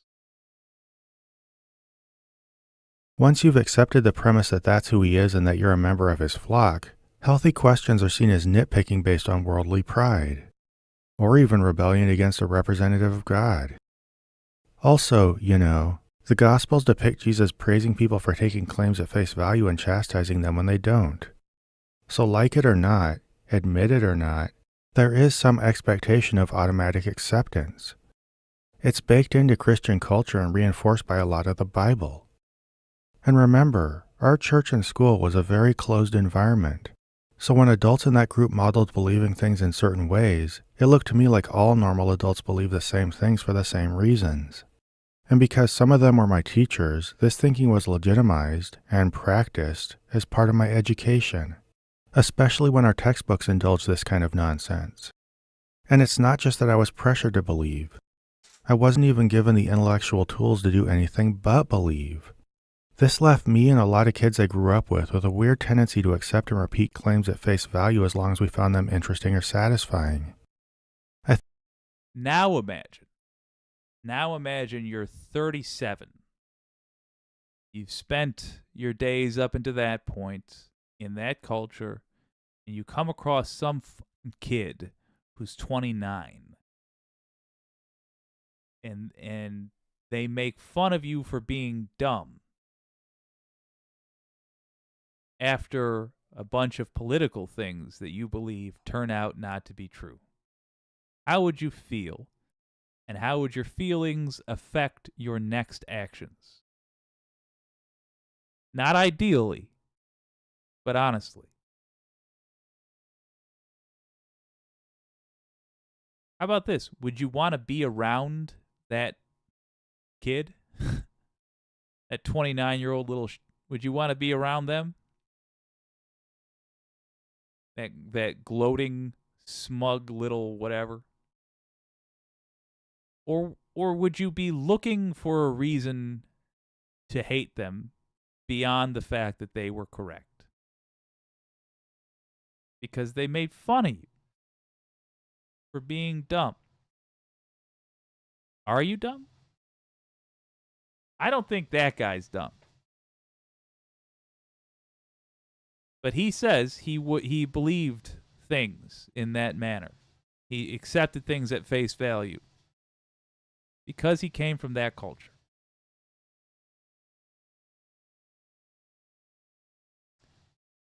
A big problem in the world, big problem with humanity is tending to not recognize the difficulties along other people's paths. They wind differently. The dirt moves different under your feet. Recognize the difficulty in somebody's path if they are coming from that culture, and have just an ounce of understanding, just an ounce of kindness, even if they've done horrible things. Not because they deserve it. I happen to think they do, but that's irrelevant to the conversation. That's not why you should have it. It's because if they're at the point where they are consistently saying wrong things, there is a problem in the way they think, and that needs to be addressed, and somebody who does not have that problem will have to bring them the information. And you simply cannot bring them the information if you are busy arguing with them over cultural nonsense. For the record, I don't think there's the time. I don't think there's the opportunity in any way you want to phrase it to do it before 2024. But if you happen to find a golden opportunity, one vote will matter. One vote will matter. One change will matter. Take it. But more importantly than all that, eventually we have to. How many million people voted for Trump? 70 million people? That's 70 million people that were conned. And they'll just be wandering around this country believing who knows what and doing who knows what.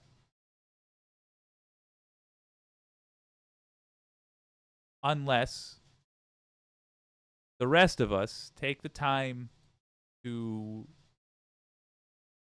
deprogram them from whatever it is about their upbringing or their current situation that has made them think that voting against their own interests and ours is a good idea. I think I have a healthy sense of skeptical thinking now, but I had to build it from the ground up as an adult. Third, it taught me to have a grandiose view of myself and my in-group. In hindsight, I find it absolutely crazy how we viewed ourselves. We were just a tiny group of perfectly unremarkable people out at the edge of nowhere, with usually fewer than 100 people at a church and never that many across the entire K-12 school. Yet there always seemed to be this earth-shaking sense of importance about ourselves and what we were doing. We were a fortress full of God's warriors, the tip of the spear in a worldwide spiritual conflict between good and evil. Hell, Warriors was even our school's mascot. What's more, we were right. In our minds, our little group had basically all the answers about God and spirituality and moral living in the coming end of the world. And this set us apart from pretty much everybody else. I'd say we thought it made us better than everybody else, but we'd never put it like that. We preferred to say something more like we were called or set apart. But I immediately recognized those as low-key ways of saying that we were better but gave God credit for it. Now, of course, we were way set apart from the world around us because, they were all lost souls who needed our help and or besieged us on both sides. That's obvious. However, you might not be surprised to hear that we also felt like we were set apart from the other Christians. Sure, I heard people say over the pulpit that we weren't the best church in the world, like maybe once or twice. But that one statement sounds pretty meaningless when you're otherwise carrying on about how we're more right and righteous than basically every other church out there. Mormons and Jehovah's Witnesses? They were pretty much wolves in sheep's clothing, and we had tracts depicting them as such. Catholics? They were corrupted by legalism and paganism, and if any of them were Christians, it was only in spite of their involvement in the Catholic Church. Baptists? They and all other non-Pentecostals were operating without the power of the Holy Spirit, which made them weak Christians. Other Pentecostals? Pentecostals, that's what it is. Oh my God, I've hung out in a Pentecostal church one time and was present for somebody testifying to a miracle. It's a long story, but interesting group, and as an outsider, it is shocking to me. You might hear me. It's shocking to me to see the amount of rivalry between similar groups. It is for the same reason that I pretend to have a rivalry with Nebraska. Like I like to go like, ugh, what's up, Nebraska? Fine. What do you have to say, Nebraska? Because Nebraska is basically Michigan. All the Midwest is basically the rest of the Midwest. We all are. Yes, we have our. From our eyes, we are totally unique, but from everybody else's, we're the same thing. We are just a cornfield. Damn it, it's a cherry orchard in Michigan. But in Dearborn, you get to see that again. The fucking Iraqi kids at the high school once got in a fight with the Lebanese kids over some silly thing. And I wanted just to, their high school in Dearborn looks like Hogwarts. It's amazing. But yeah, these various types of brown got into a fight, and I so badly wanted to be like, just so you know, to the devils that look like me, this is Kentucky bluegrass, slugging it out with sod over who's the tallest blade of grass. It's a nonsensical distinction from everybody's perspective but your own. And by the way, I'm sure that the same is true with the various atheist and honky factions. Although I will say I'm better than a filthy Nebraskan.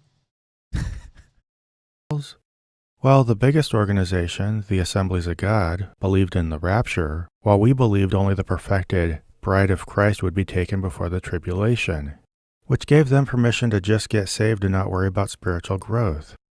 By the time it was all said and done, our ongoing conversation drew the boundaries of correct Christianity in so tight there wasn't much room for anybody other than us.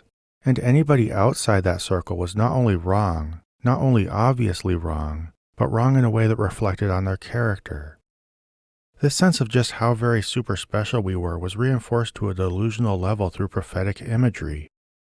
One guy had a prophecy about our church as a glowing city on a hill that served as a beacon and example to those around us. This metaphor really seemed to stick.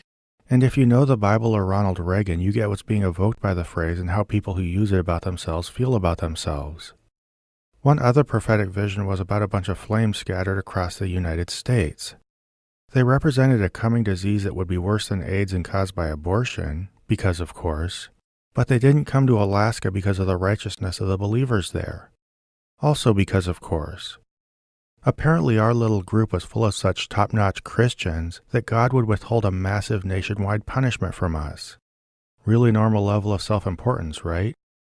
And while we were small, that was just temporary, because another prophecy predicted that there would be a rain, and then a downpour, and then a flood, all representing massive numbers of people flocking to our ministry. You may be shocked to hear it never happened. This self-important mentality pervaded our education, teaching us an inherent level of disrespect for everybody outside our church and school. So comparing this culture to the political culture that has developed on the American right, and frankly, the Canadian right as well. I see a lot of overlap. I see a lot of the same tendency. We're going to finish this because I enjoy this content deeply, but those differences. We are the MAGA Republicans, and therefore we are superior to the rhinos because finding out that it is a rather small disagreement that they have, or we are better than this, that, and the other thing for some minor justification, and then I will simply remember that I believe we are better than whatever, no matter what we say in the future. In other words, believer will establish how they feel about thing, and then allow no new information to affect how they feel about that thing. Very interesting to see. Simply by virtue of having attended that specific congregation and accepted its teachings, we were automatically so right on most of the world's important moral and philosophical questions that conversations between us and anybody else should amount to us just walking up and correcting them. In fact, the school used to take a bunch of high schoolers out to go witness to people on the street. Let that sink in. Think of what it means to teach teenage kids that their specific religious dogma is so complete, so correct in such black and white terms, that they should just go lecture random adults about God. It's nuts. So you can probably understand why I thought a conversation between one of us and a Catholic would be so quick and decisive. Yes, we were taught that Catholics were obviously wrong as part of what was supposed to be actual academic instruction, but more than that, we were drilled in the expectation that ideas aren't complicated. They're simple, and if others don't recognize how right we are, they're either uninformed or intend to be evil. Hell, I even thought, at 15 years of age, that I could beat any evolutionist in a debate. Ooh, that had to hurt when that was put to the test. Now, I gotta be honest, though. That's almost exactly how I feel about being a progressive. Again, that I'm making some bold assumptions here, but that we are correct and that everybody who disagrees with us is either uninformed or intentionally evil. Now, to muddy the waters, there are some people, I would say the average politician, who are intentionally evil. But I will have a hard, semi-sober look at my own thinking on this. One thing I do not believe is that it is impossible to reach these.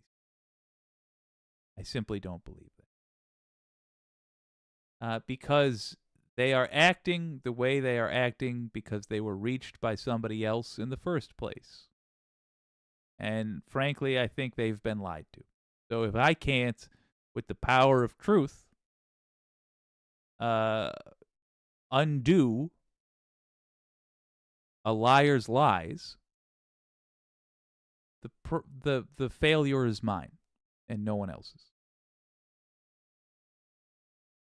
But it's worth noting that my framework for how I am approaching this is identical to a religious zealot back in the day, somebody raised in zealotry. Doesn't mean it's wrong, incidentally. A surgeon could be totally right about their diagnosis and believe that everybody that doesn't believe their diagnosis either does not have all the information the surgeon has or is motivated in some other way, such as pride or whatever. And they might be correct. But I noticed that in all these scenarios, including the hypothetical one that I just made, it involves the person who is correct making assumptions about the motivations of the people who are incorrect on a given topic. And that I think is the core of the problem. As in, you might be correct about the facts, but incorrect about the methodology. It's pretty wild and inexcusable that a school would contribute this much to a teenager's personal sense of grandeur. And all of it, was based on nothing more than theological assumptions that we couldn't verify in any objective way at all. Fourth, it taught me a drastically simplified model of human behavior. This one is best understood by contrasting it with an actual thoughtful understanding of how complicated human behavior and its consequences are. We do things for a variety of reasons, including physiological, psychological, and socioeconomic reasons, and those actions have a wide variety of consequences. It's by understanding this that we develop an intelligent sense of what actions are right and wrong, and to what degree, while gaining insight into how people who engage in undesired behavior might need support as well as correction. This is a nuanced task without easy answers. It demands that we show empathy to people who exhibit these behavior patterns, that we consider whether the behaviors are actually problematic or just not aligned with our preferences or expectations, and perhaps most challenging but most importantly of all, that we examine the structure of our society to see whether we can all work together to deal with the root causes of problems instead of just blaming disadvantaged people for immediate behavior we find inconvenient. Now yes, personal responsibility is a factor, but so is all the other stuff I mentioned. But the Christian community I grew up in had no use for any of that. To them, personal accountability was the factor. Every consequential action was either righteous or sinful. So every time you made a choice, you were willfully deciding to obey God or to sin. That decision was purely your responsibility. Before I hear his critique of this thinking, I have to say I also largely operate in this way. Doesn't mean you have to hate yourself when you fail to meet expectations, but I do believe in taking personal responsibility for every little thing you are involved in. Everything. At least recognizing your part in it. maybe I'm wrong. I'm about to likely, it seems like, hear a counter argument. You and you alone had full control over whether you did something that fit these hard categories of right and wrong. And every time you did sin, you were instantly so vile that you deserved eternal torment. Oh, okay. It's hard to express how thoroughly this absolute lack of nuance affects how you see yourself and others. It doesn't train you to reflect on which of your actions were constructive or unconstructive and to what extent, to identify the effects of those actions, and to develop better habits moving forward. Instead, you just dive straight down into absolute self-loathing, which can only be resolved by feeling that your slate was wiped clean by God's forgiveness. Neither of these stages do anything to help you in any way. They just send you cycling through deep anxiety and superficial catharsis without learning how to develop more constructive patterns of behavior. And this obsession with personal responsibility didn't just affect how I viewed myself. It led me to be judgmental of others in ways that were just trashy.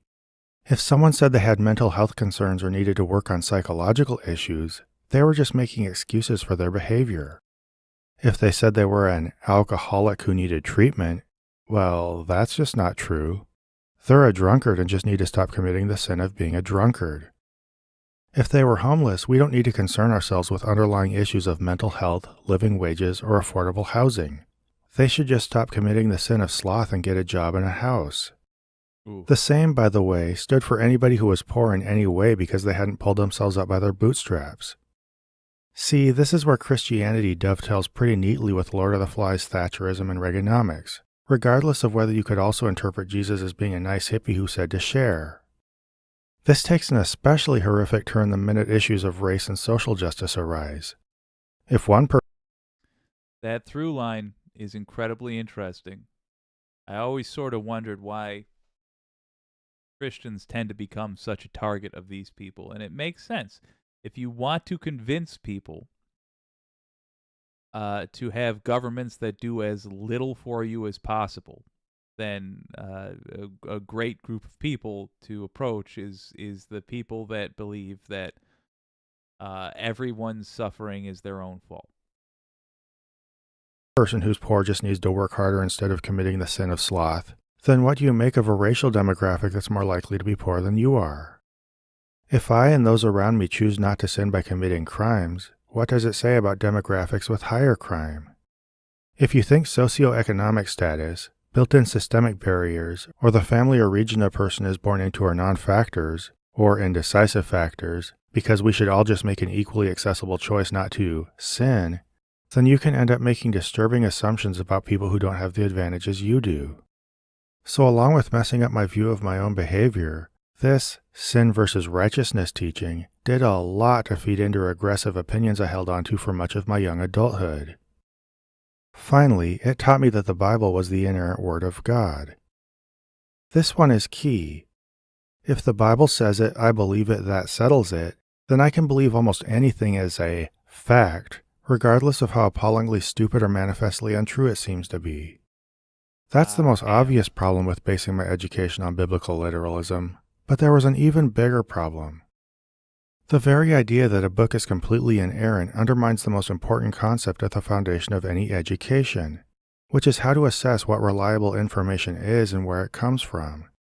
Anytime you read a text, you should ask yourself questions about what the authors intend to say, how they back up their assertions, what sources they use, and so on, with the goal being to get a sense of how generally reliable it is. And notice I said how generally reliable it is. At best, you might have well-founded reasons to consider a book a solid source of information. Hey Zod, if I assume like everyone else on Earth, you're watching my videos, give yourself about that much headroom. Your setup. You're doing a shot like that.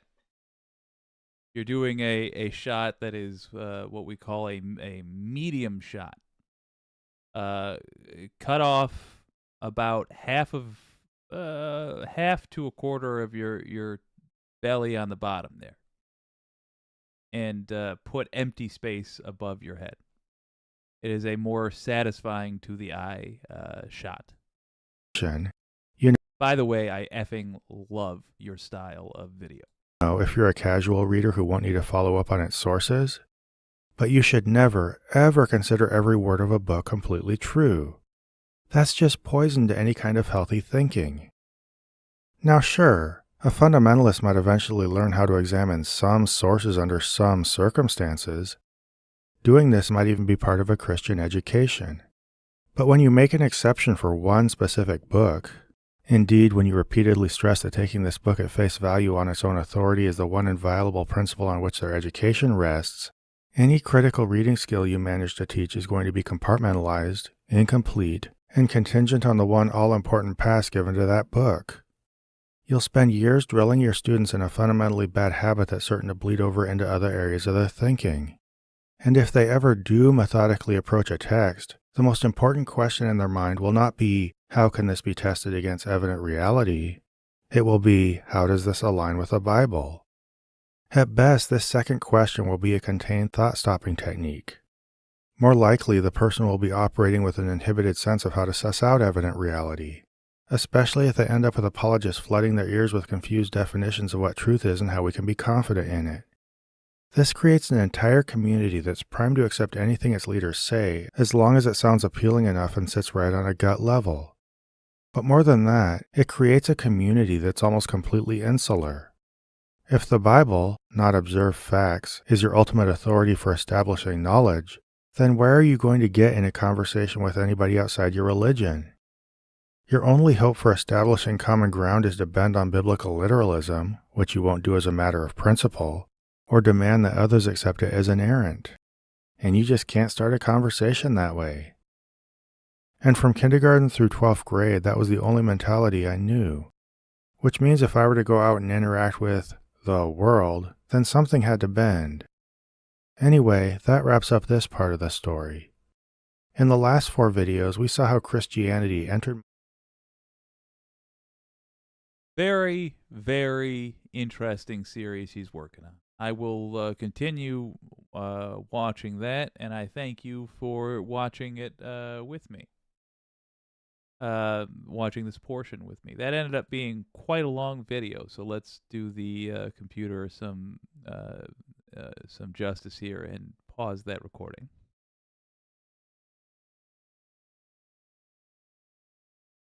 Oh, folks, let's read the comments before we skip out. That was an hour-long recording. Mercy me. I just enjoyed it deeply. Styx, Dragon, Sharon, excuse me.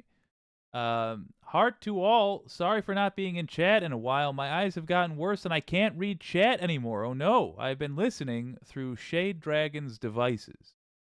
Interesting. I will try to read more chat. I'm sorry about your eyes. That sucks. That's fantastic, says Shade Dragon. That's fantastic for writing fanfic, but not as good for everyday life. Oh, I missed it. My dogs are goth. Not good. I should be silent, but then I'm a little stoned. Fair enough. Oh, I see. It's in response to, how are you doing? That's no good.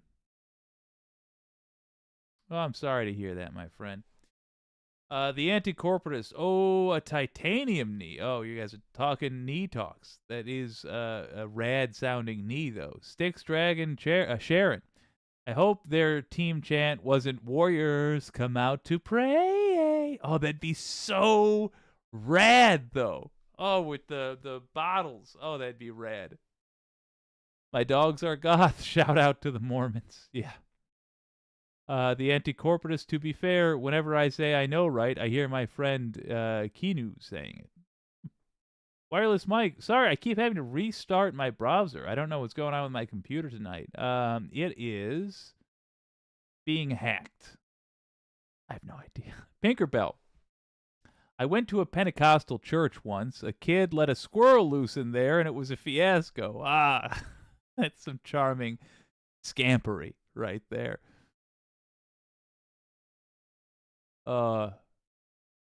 Scroll down. The anti-corporatist, low-key, this guy sounds like Isaac Arthur. Yeah, he does a little bit, doesn't he?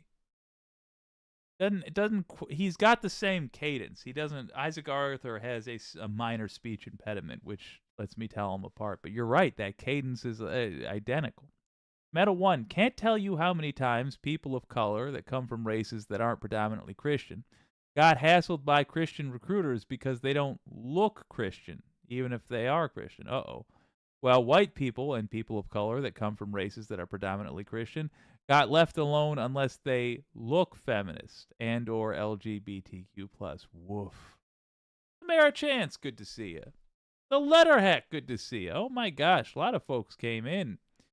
The anti-corporatists laughing my ass off look feminist. I don't know what that means, and I kind of don't want to. I wish I had a joke. Nothing comes to mind. Oh, that was an hour-long lesson, says Looney Tunes 9000, of how not to become part of the religion cult. I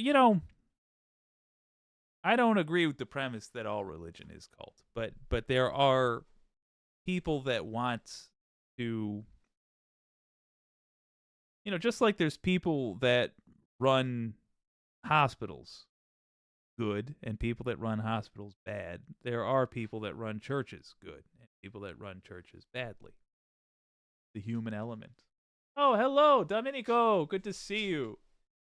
Mississippi Squirrel Revival, says Wireless Mike. Actually a funny song. Yeah, all right, fair enough. Well, gang, thank you for watching that. I enjoyed it. Tomorrow, I just want to do a call-in show where we talk to folks who are spiritual, people who believe in the supernatural. I don't. And I want to be the representative of that belief system, and I want to talk to people from all sorts of other belief systems. And if we don't get any in, then we will do all our favorite Pope jokes. I have many.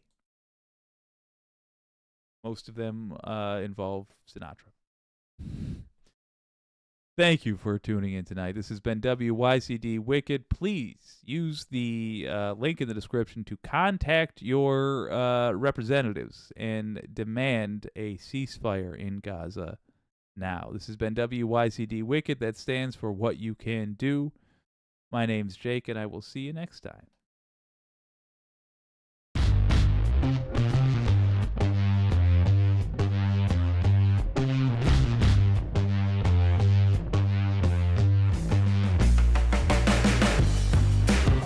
Wait a minute. Whoa, what? Wait a minute. Hold on. I just saw the fan funding. Holy mother of pearl, an actual cloud. With an incredibly kind $1.99 super chat. Thank you. I appreciate that. And then a $4.99 super chat that says $100 super chat. Thank you as well. I'm not sure what you meant by $100 super chat, but nonetheless, I darn near missed the payments. So thank you so much. I appreciate that. And if you did send me a $100 super chat and didn't mean to, let me know, and I will attempt to refund it. Although you will be bringing my bank account out of a negative balance, so it'll take some doing. But thank you very much, sir.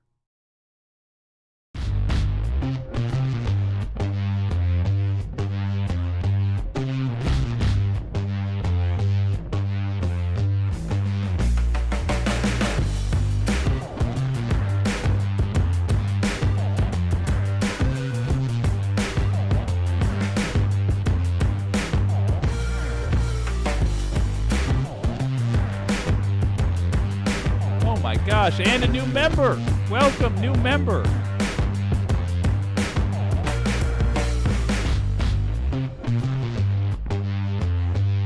Wonderful.